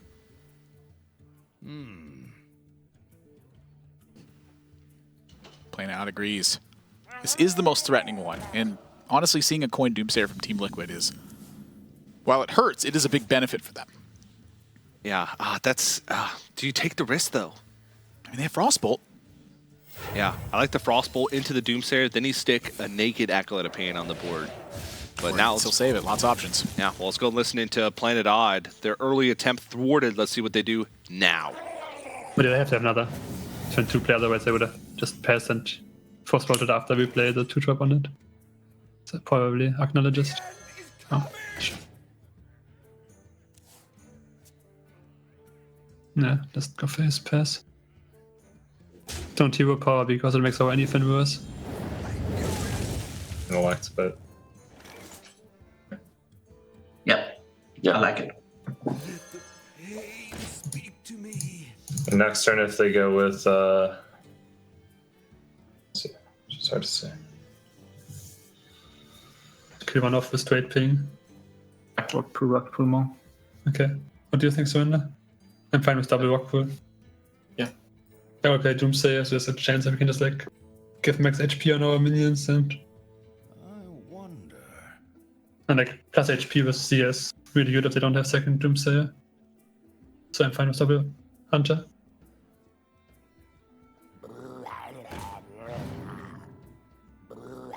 We just Now we bump don't. there. Yeah, we just bump. So bump first, right?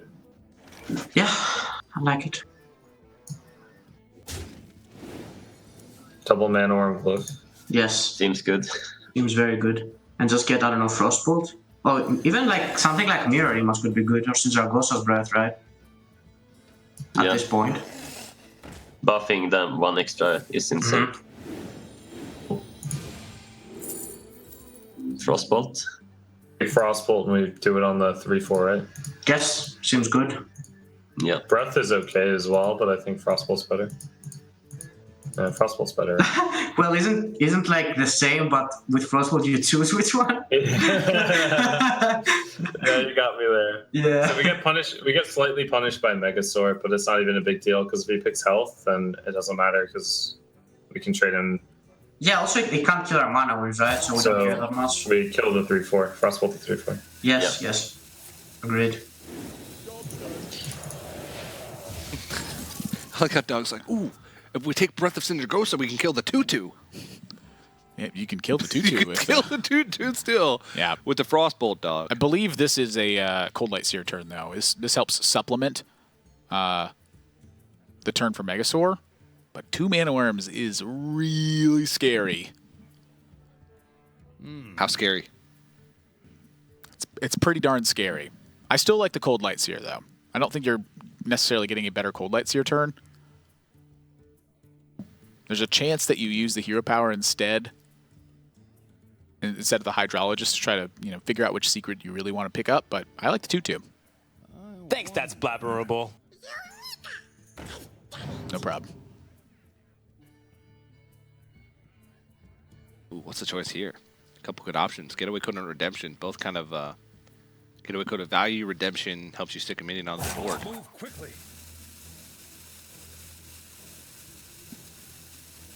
Yeah, I think I like the Kodo as well. Getting the health refund back is so important because Mage just Hero Powers down any of your minions. Yeah.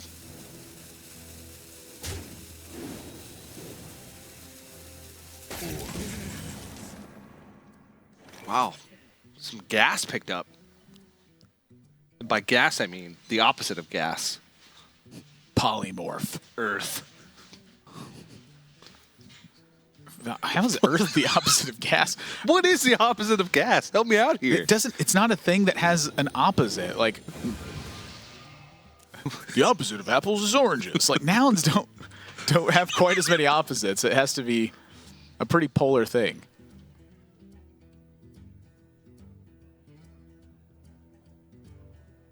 The opposite of gas is eating. Sure. Not gas. That's the opposite. Cleanup work for Team Liquid. Planet Odd still has some strong plays, though. Let's listen to them and see what they're cooking up.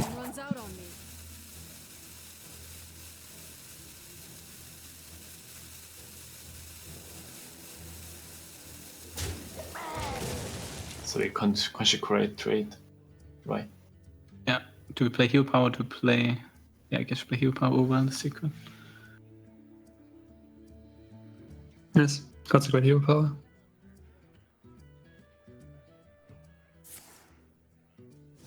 And you trade, right? Yeah, sure. That feels really good, actually. Keep Bone Mare's next turn.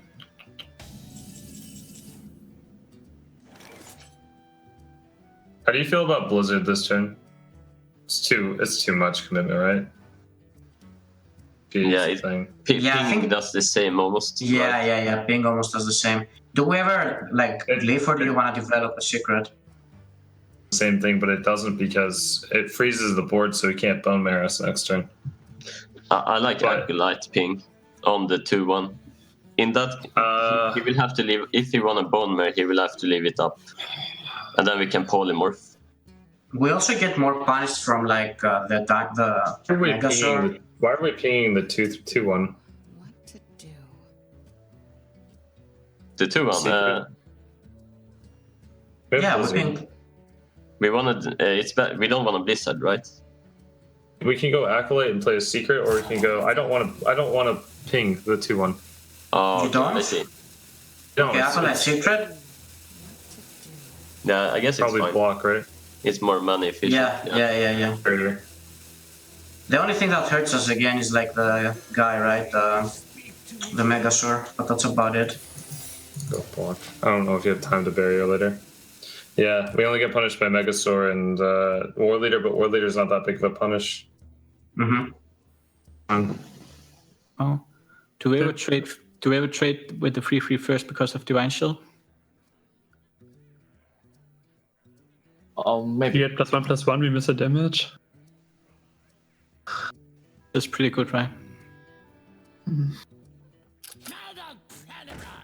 think we Megasaur first.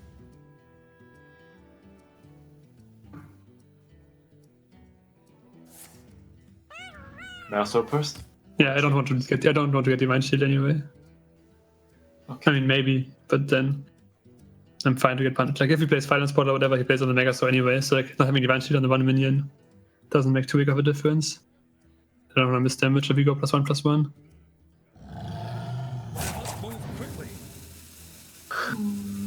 We... Win Fury or nah? Probably Divine Shield, right? I think we in Fury. But then he just like plays That's Blizzard. Blizzard.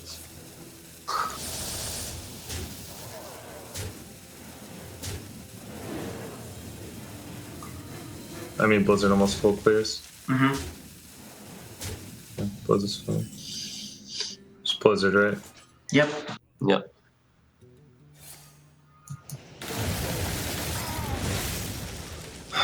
I think we're looking good, right? Yeah, we have Still- Alex too. That's still scary. We're not out of the woods yet. I think they're looking all right. Still need to pick up some more board clear tools, I'd say. But other than that, they've been able to clear the board. They are stabilized at a reasonable health total at 15. Now, what is this meteor positioning? Jeez, come on, guys. Ooh, the buff on the Grimscale Chum putting that Finja out of range of the Flomstruck. Excuse me. I can follow it up with Alex Strudel. What to do? What to do? Start with Primordial Glyph. Hit him with the fire spell.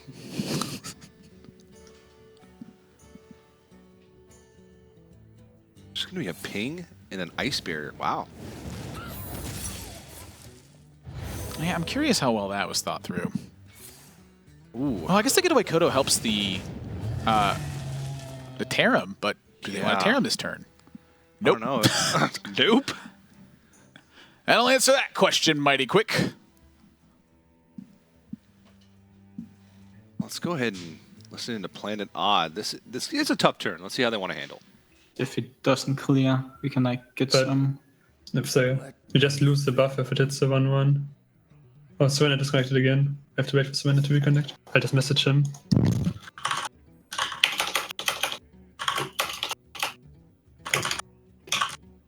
We don't.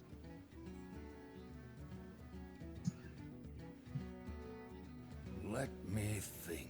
It sets up Lethal. Portal after Leroy, easy. Easy lethal.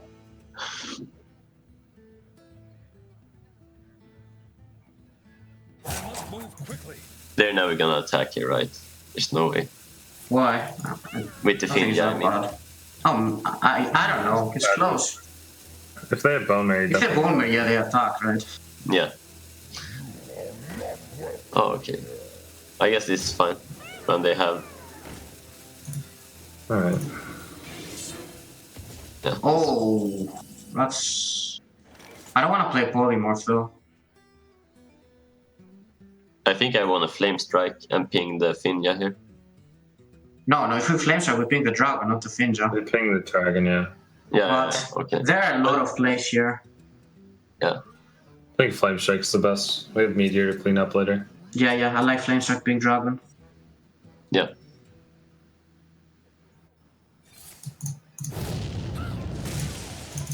Defensive Alex is pretty sick.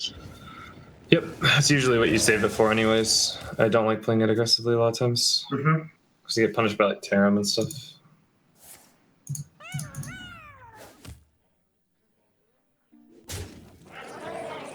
Should have had Inquisitor Do it before he again, would okay. power. Huh? Just do it now, but we should have had Inquisitor before he would power, so if you get like second secret guy and the AoEs, you get the... Yeah, get a getaway Kodo. Yeah, I mean, it's very cringe. We also need like but eye for an eye. The 3/7. Next turn we fire lands, Valet it. Yep. Seems good. Yeah. I wonder. Alternative line to that is Meteor the 3/7, and then Valet the 3/3, and then Ping the 3/3. And then we don't die to anything. He has a 3/2 on board against our Valet, and we get to keep Yeah, that might be better. So it's just between those 2 lines. It's between those 2 lines. We leave, but we kill the 3/7, so it's a 3/2, but we don't develop the barrier, but we use the delay. Which one do you think is better? I like that. Yeah, Meteor Valle. Meteor Valle. Yeah, so we're not forced to portal next turn, right? Yeah, this is better, for sure. The other play kind of forced us to portal. Yeah, exactly. And then we might get punished by like a Tyrion. But we wouldn't die in as much time. But it doesn't matter because there's no card that lethals us this turn. Mm-hmm.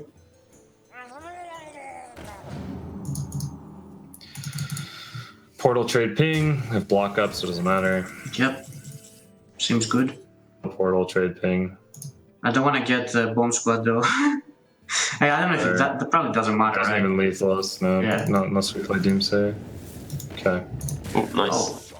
Oh. So now we clear. It doesn't matter. Game's over. Yeah. Easy. The menagerie is for guests. Yeah, maybe the game's not so over. Yeah, they are good. 3.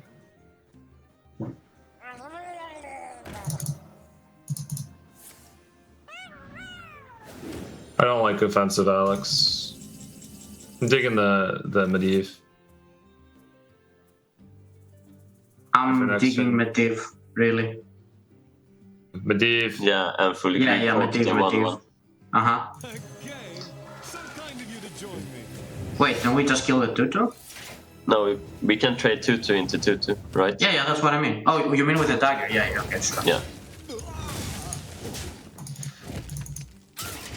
The dagger. Nazos big mate. He said the dagger for Antiesh. Yeah, it's a staff. Get it right. It's like the most powerful staff in the universe. No, it is the most powerful staff in the universe. Me neither. Sure. Valiantly fought, but removal mage is a lot tougher to handle. Oh, yeah. And this is what that Blizzard would say for. I was going to say, they got Ice Block up, just Alex and smack him. Smack it! Try smacking her again! You gotta smack it!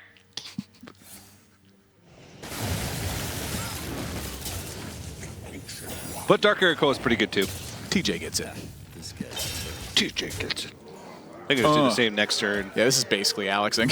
Yeah, we're going to a game number 11 as Team Liquid ties up the series. This one's been intense, back and forth all the way through. Decks winning matchups that they shouldn't. Decks winning matchups that they should. Decks winning matchups that we can't determine who's supposed to win or not. And with Warlock left remaining for Planet Odd, I fear for them. Warlock has often not fared very well versus Mage. No, but Blood Reaver Gul'dan can change things. Yes, sir, Teej, it can. The one thing about that deck is if the Mage is able to get through Blood Reaver Gul'dan, they can win in a sort of a fatigue situation since Warlock's drawing so many cards, and a lot of their cards are utility spells that don't do well against Mage. Yeah. We've seen situations before where the Mage just runs the Warlock out of resources, and they're left with Defiled and Doomsayers and card draw in their hand at the end of the game, and they're in fatigue. So it's a race against the clock at that point. A lot of it comes into health, too.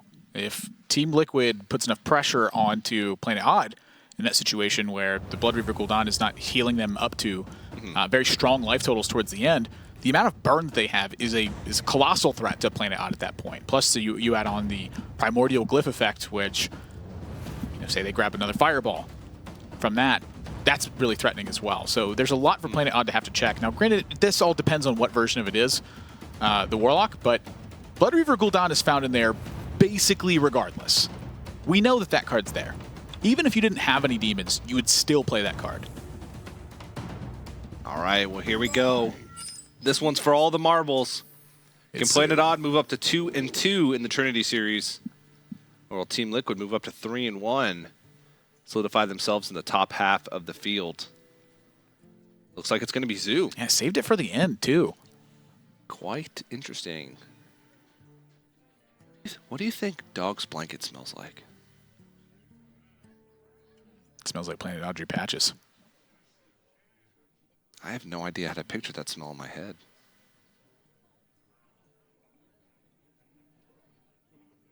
Still can't. Team Liquid having a debate here. They don't know what the Warlock deck is, but I think they could probably use some deductive reasoning here. They didn't see Control Warlock queued up into... Oh, no, they haven't had an opportunity to queue up Control Warlock. I don't know. I don't know what they think it is, and honestly, I'm not sure they could really have a read here. I assume they would think Zoo, because that's just been the popular deck that's crept up lately. Mm-hmm. But there is a possibility it is Control Warlock. Even with that. Still don't know. Oh. I think you go with the Doomsayer here. You're setting up for a turn 3 Acolyte of Pain all day long. I don't know. That one's tough, though. Because if it is Control Warlock and they expend the Doomsayer, they were going to tap turn 2 anyway. This is where the read really comes in. What's the read, dog? What's the read?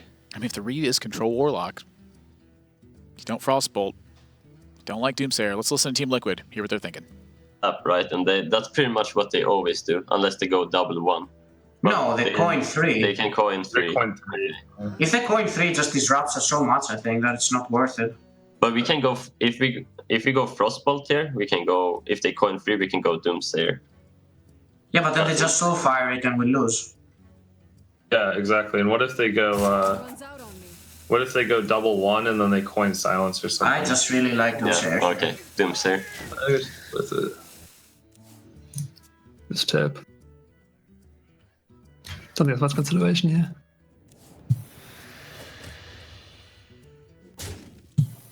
Worry about that. It's probably Captain. If we Captain, we can just Frostbolt. But the more mana we have, the more likely we are to win. It's just the way it is. Exactly. That's how you play your Blizzards and stuff. I mean, we lost last game, or we won with Sue against their mage when they didn't draw their high end. Yeah, so we're drawing here. Yeah, but they played Pyro, right? We don't play those cards. We don't have that many dead cards, I'd say. Yeah, true. Yeah, we won't run out this team. Yeah, and we also got very lucky, right? Like, we just... I think they passed, like, a lot of turns or something. Yeah, I mean, if we ever get Frostlich on 9 and we're able to play it, we almost always win this matchup.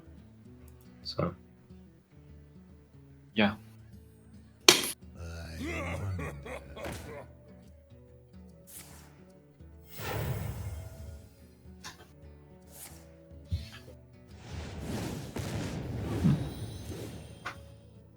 I guess it's a pretty good discard. It's too bad.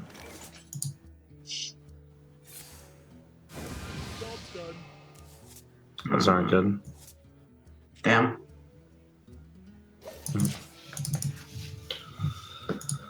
Alright. Make sure that you position it against the captain to the left there. I think they played Meteor last game. They can't play Meteor anyway this turn, but... Sure. Secret. Block Bolt, or... We're gonna play Archaeologist, right? And we're probably gonna play Barrier. Don't we want to have a secret up just to have like we want a secret up just to have the activator for Medieval. And wait. Also, if we don't kill the captain, he can just trade the 2/2 into the 2/3 and play the 5-mana demon, and then we're like. Going to Frostbolt instead? Yeah, I think so. You don't like it? I like Frostbolt on the captain. Captain, yeah. Okay, I'm down. Let's I mean, think next about time we carve out, anyways, we go 3/3, or we go 6. So yeah, and also if they play second captain, that's really bad. If you don't Frostbolt. Okay. Yeah, seems good. Yeah, I'm done.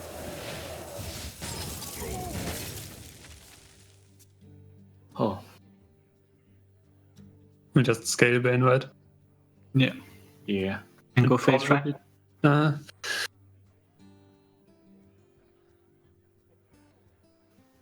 I think we go face. Or maybe trade with patches. Then we I make don't think we Meteor can. so Like, much if better. we have to use 2 mana on pinging patches, I think we're fine. No, but like it makes Meteor a lot better. Like if you keep if you try to keep patches, he can't kill both our big minions with Meteor. Your face. You guys fine with that? I'll play Scapegoat on the left. I want to try to play on Meteor. They played Meteor last game over the from Cleave. We should also play around the Meteor. That's what I'm saying. I want to play a Scapegoat to the left and then trade the 4/5 in to play on Meteor. Yeah. So we don't trade.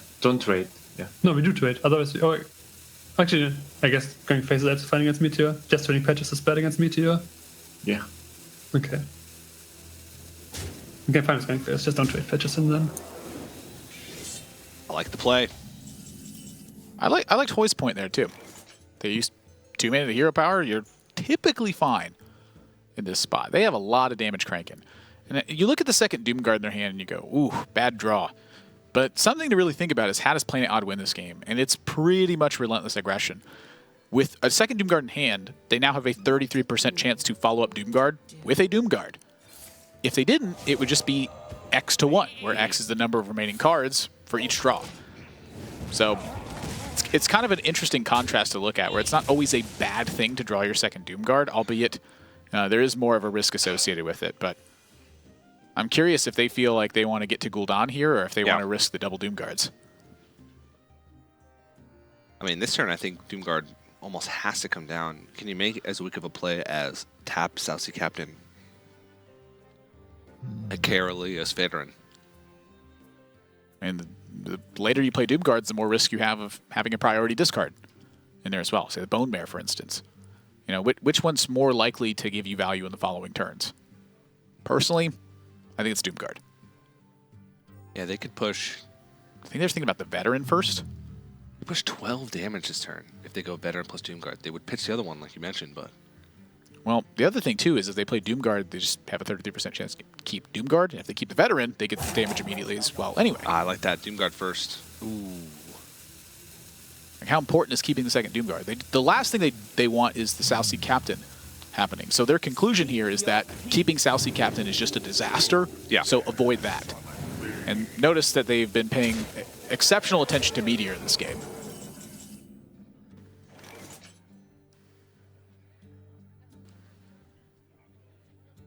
Whew. This one's going to be tough. Lots of options for Team Liquid. Let's go ahead and listen in. I don't think we portal. Else? So how are we gonna clear though? We can clear it with either Flame Strike the turn after, or we can clear it with there. If we go with draw this turn, we can go draw into Nova.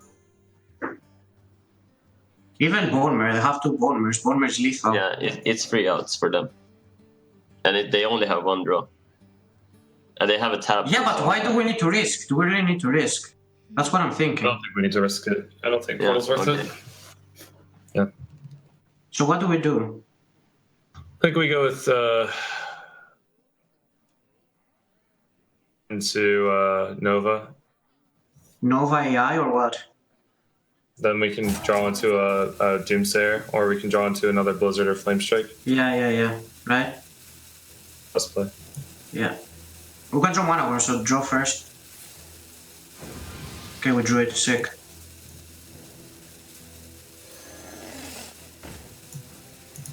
I got face.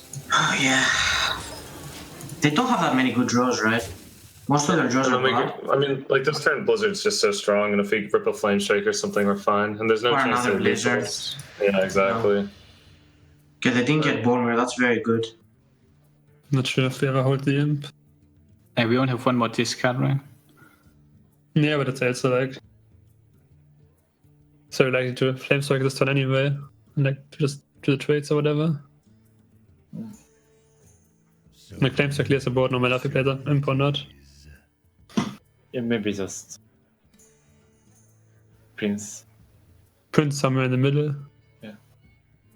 And yeah, probably just pass then. Truth is found in death.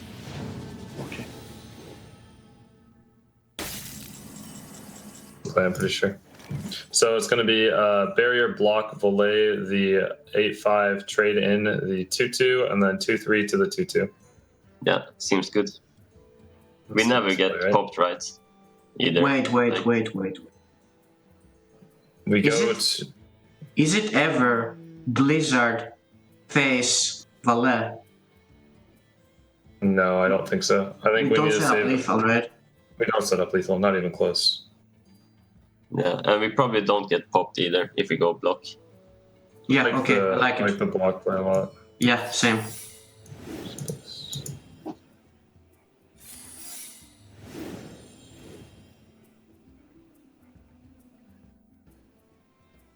Yeah. That's counting.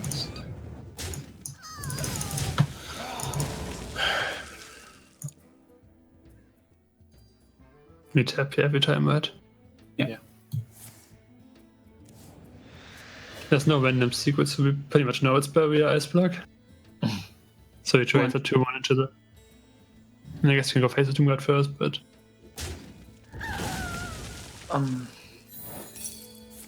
Just counterspell maybe. Yeah, you should probably went face, because if it's counterspell whatever, you probably want to proc, so yeah, should have. But we don't play the Flaming Bride. I kind of don't want to take free damage if. I think we hold it since we need to tap to get Death Knight. So we need to survive that. Imp. Sure. Now to play the Imp here. In between 5-7 or 3. No, what do we play? Yeah, I guess between Doomguard and 3-4.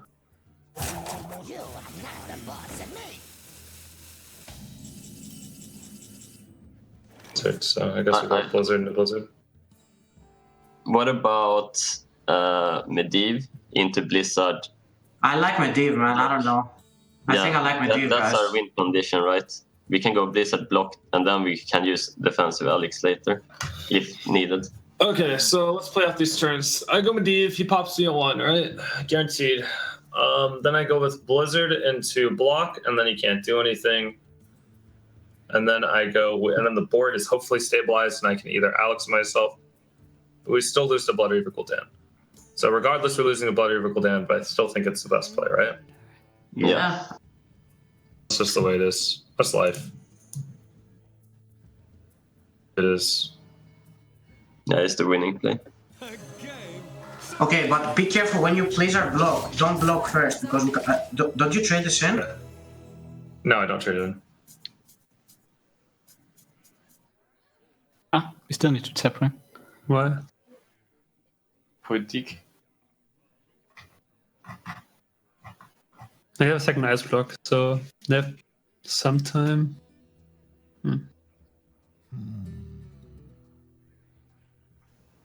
We need to get DK everywhere. Okay, tap. If you want to tap, then go for it. Oh.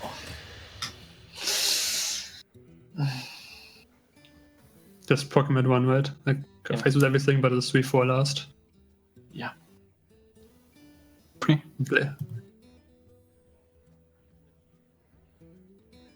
Nah, Pokemon 1.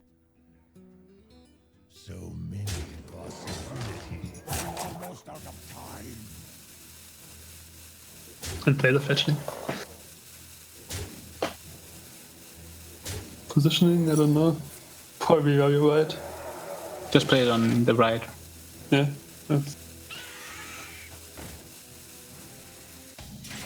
King is die. Into block. Yeah, Blizzard, right? Yeah.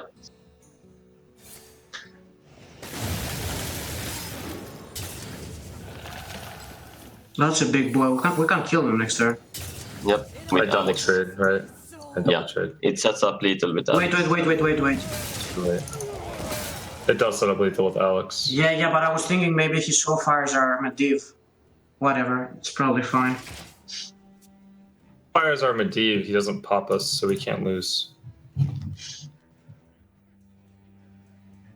What if he Blood Reavers? Do we still have lethal? 15, 8. Oh, he doesn't have it. So We it's only still have one lethal unless he played a Voidwalker, but he did play Voidwalker, so it would not be lethal. Up lethal through Firelands. Because it would be off by like 2 or something. Yeah, it'd be off by like 2. Silence is pretty brutal here. No, it's bone mirror. So many possibilities. Alright. Isn't this lethal? I think it's lethal. Yeah, it's lethal, right? We don't need to Alex, we just go Firelands, Medivh. Isn't it lethal? Wait, don't do it too fast, by the way. Yeah, hold on. No, like trade, with 8-8, ping it. Oh, no, wait, there's probably a better way. The most damage we can get is... We're one off, I think.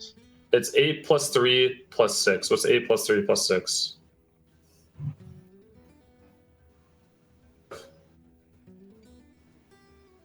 What to do? Anyone counting that? Do something, dog, I don't know, I'm kind of panicking now. Yeah, I think it's we're one off. We're one off. What about this Blizzard? I'm gonna Blizzard. I'm gonna Blizzard. Yeah, I'm gonna just Valet. Blizzard. Runs out on me. I'm kind of panicking, dog. Excuse me, you are on fire. That should be fine. I think it's lethal, right? I think we win. Dude, I really panicked there because I was counting and it was like so hard for us to get through the health of the Doomguard. I mean, we had to commit 1 damage over, so it was 1 damage off the entire. Oh my god. Nice, boys. Well played, boys. Woo! Easy game. Not even close, right? Not even close. Dude, that Medivh was clutch. And Team Liquid takes it. What a series, all the way to game 11, and they pull it out. 2 wins in a row with the Mage. They move up to 3-1 in the standings. But boy, I was on the edge of my seat. This is not the traditional way that it's done in last year's standing when it goes to 11 either. 3 Warlock wins for Liquid to start things off, and then Planet Odd answered with 3 Warrior wins to pull the series back. But it was back and forth the whole time in terms of the gameplay, anyway. Yeah. But Mage pulls out in the end. Just good Mage. Good Mage, yeah. Just good cards and good stuff.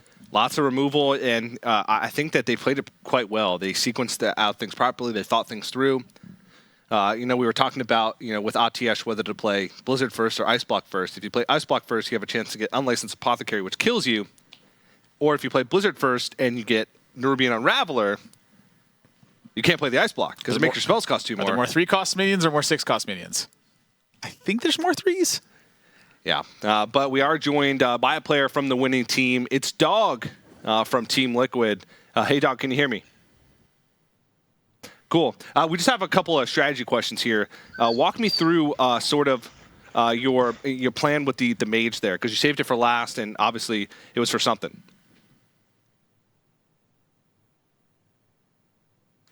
Yeah, that makes a lot of sense. Yeah, makes sense to me. Yeah. What about the Warlock deck? Talk to me a little bit about the Warlock deck and why you guys had so much success with it this week.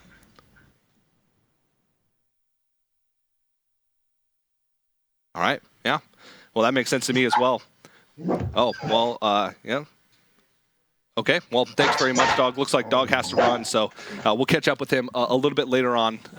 But he's got something to do. Yeah, and that's really you saw Pidgey on Planet Odd side. I think it was a key part of the victory there, and Dog, of course, always bringing those bones to fight with. Yeah. But it looks like those bone mares. Looks like Dog is back, so we do have we'll get him back. Have an interview with him now. So, hey, Dog, can you hear me again? Yeah. Hey, what's up? Hey, man. We heard you before, but how does it feel to move up to 3-1 now in the Trinity Series? Feels like we're back on track. We I don't know, the first week we kind of stumbled, I guess, but we're in a good groove of things, so seems to be going well. Do you feel like the travel was affecting you guys early on in the Trinity Series, or was it not that big a deal for y'all in practice and in preparation? I think the first week we just didn't really have a good idea of the meta of the format because you have to self-ban a class and Priest and Druid aren't really there, so it's kind of hard to establish which decks are the best without really seeing how it developed, because it's really hard to test all of that. But once we got a handle on the meta, which is why the first week we lost, we were able to kind of get better, I guess. Do you guys work on communication at all outside of the matches? Because you got Vino now as a new member this year. Do you guys ever talk about like what you're going to do or plan going into each week? Communication wise, not really. We go over decks a little bit, although I've kind of been slacking on that. But in game, we're usually pretty good. I mean, sometimes someone freaks out and the pilot has to be the one in charge, right? Like that's how it always is. As long as everyone's not yelling, it should be fine. How do you guys get through Fino's panic modes? Because he tends to go through those quite often. Yeah. Yeah, I don't know. Hope he's not the pilot, I guess, right? Yeah, he would have had lethal there, or not. But thanks very much. It's a pleasure to watch you guys. You guys are always fun to watch. So good luck in your future weeks for Trinity Series. Thanks, man. Well played. Yeah, of course. Peace. Well, Planet Odd now has some fighting back to do. They've had some success outside of Trinity Series for some of their players, but now they're going to fall to 1-3. So let's go and take a look at the standings after that match to get a quick update. Planet Odd falls to 1-3, down, solidifying themselves in the bottom half, whereas Team Liquid puts themselves up there in the top half, and this is looking a lot like the standings were in Season 1. Of course, with a couple different teams thrown in there, but Complexity and Team Liquid were doing quite well, and now they're doing quite well again, poised to look for another live finals appearance here for Trinity Series Season 2. Yeah, Planet Odd, just apparently they are conquest gamers. Mm-hmm. Not saying anything wrong. I mean, I think they're playing pretty well. Yeah, but me neither. Yeah, it's kind of getting the short end of things in a lot of these games. I still think a lot of their draw painouts have been pretty poor. Mm-hmm. But as far as actual play, they've been on point, minus some very strange-looking scenarios where they happen to miss something, like the mana with the Warrior deck, or where a while back where they did File versus Bittertide Hydra nonsense. Yeah, definitely. But it's time to move on to the next match. We're not going to waste any time. It's going to be Tempo Storm taking on Virtus Pro. And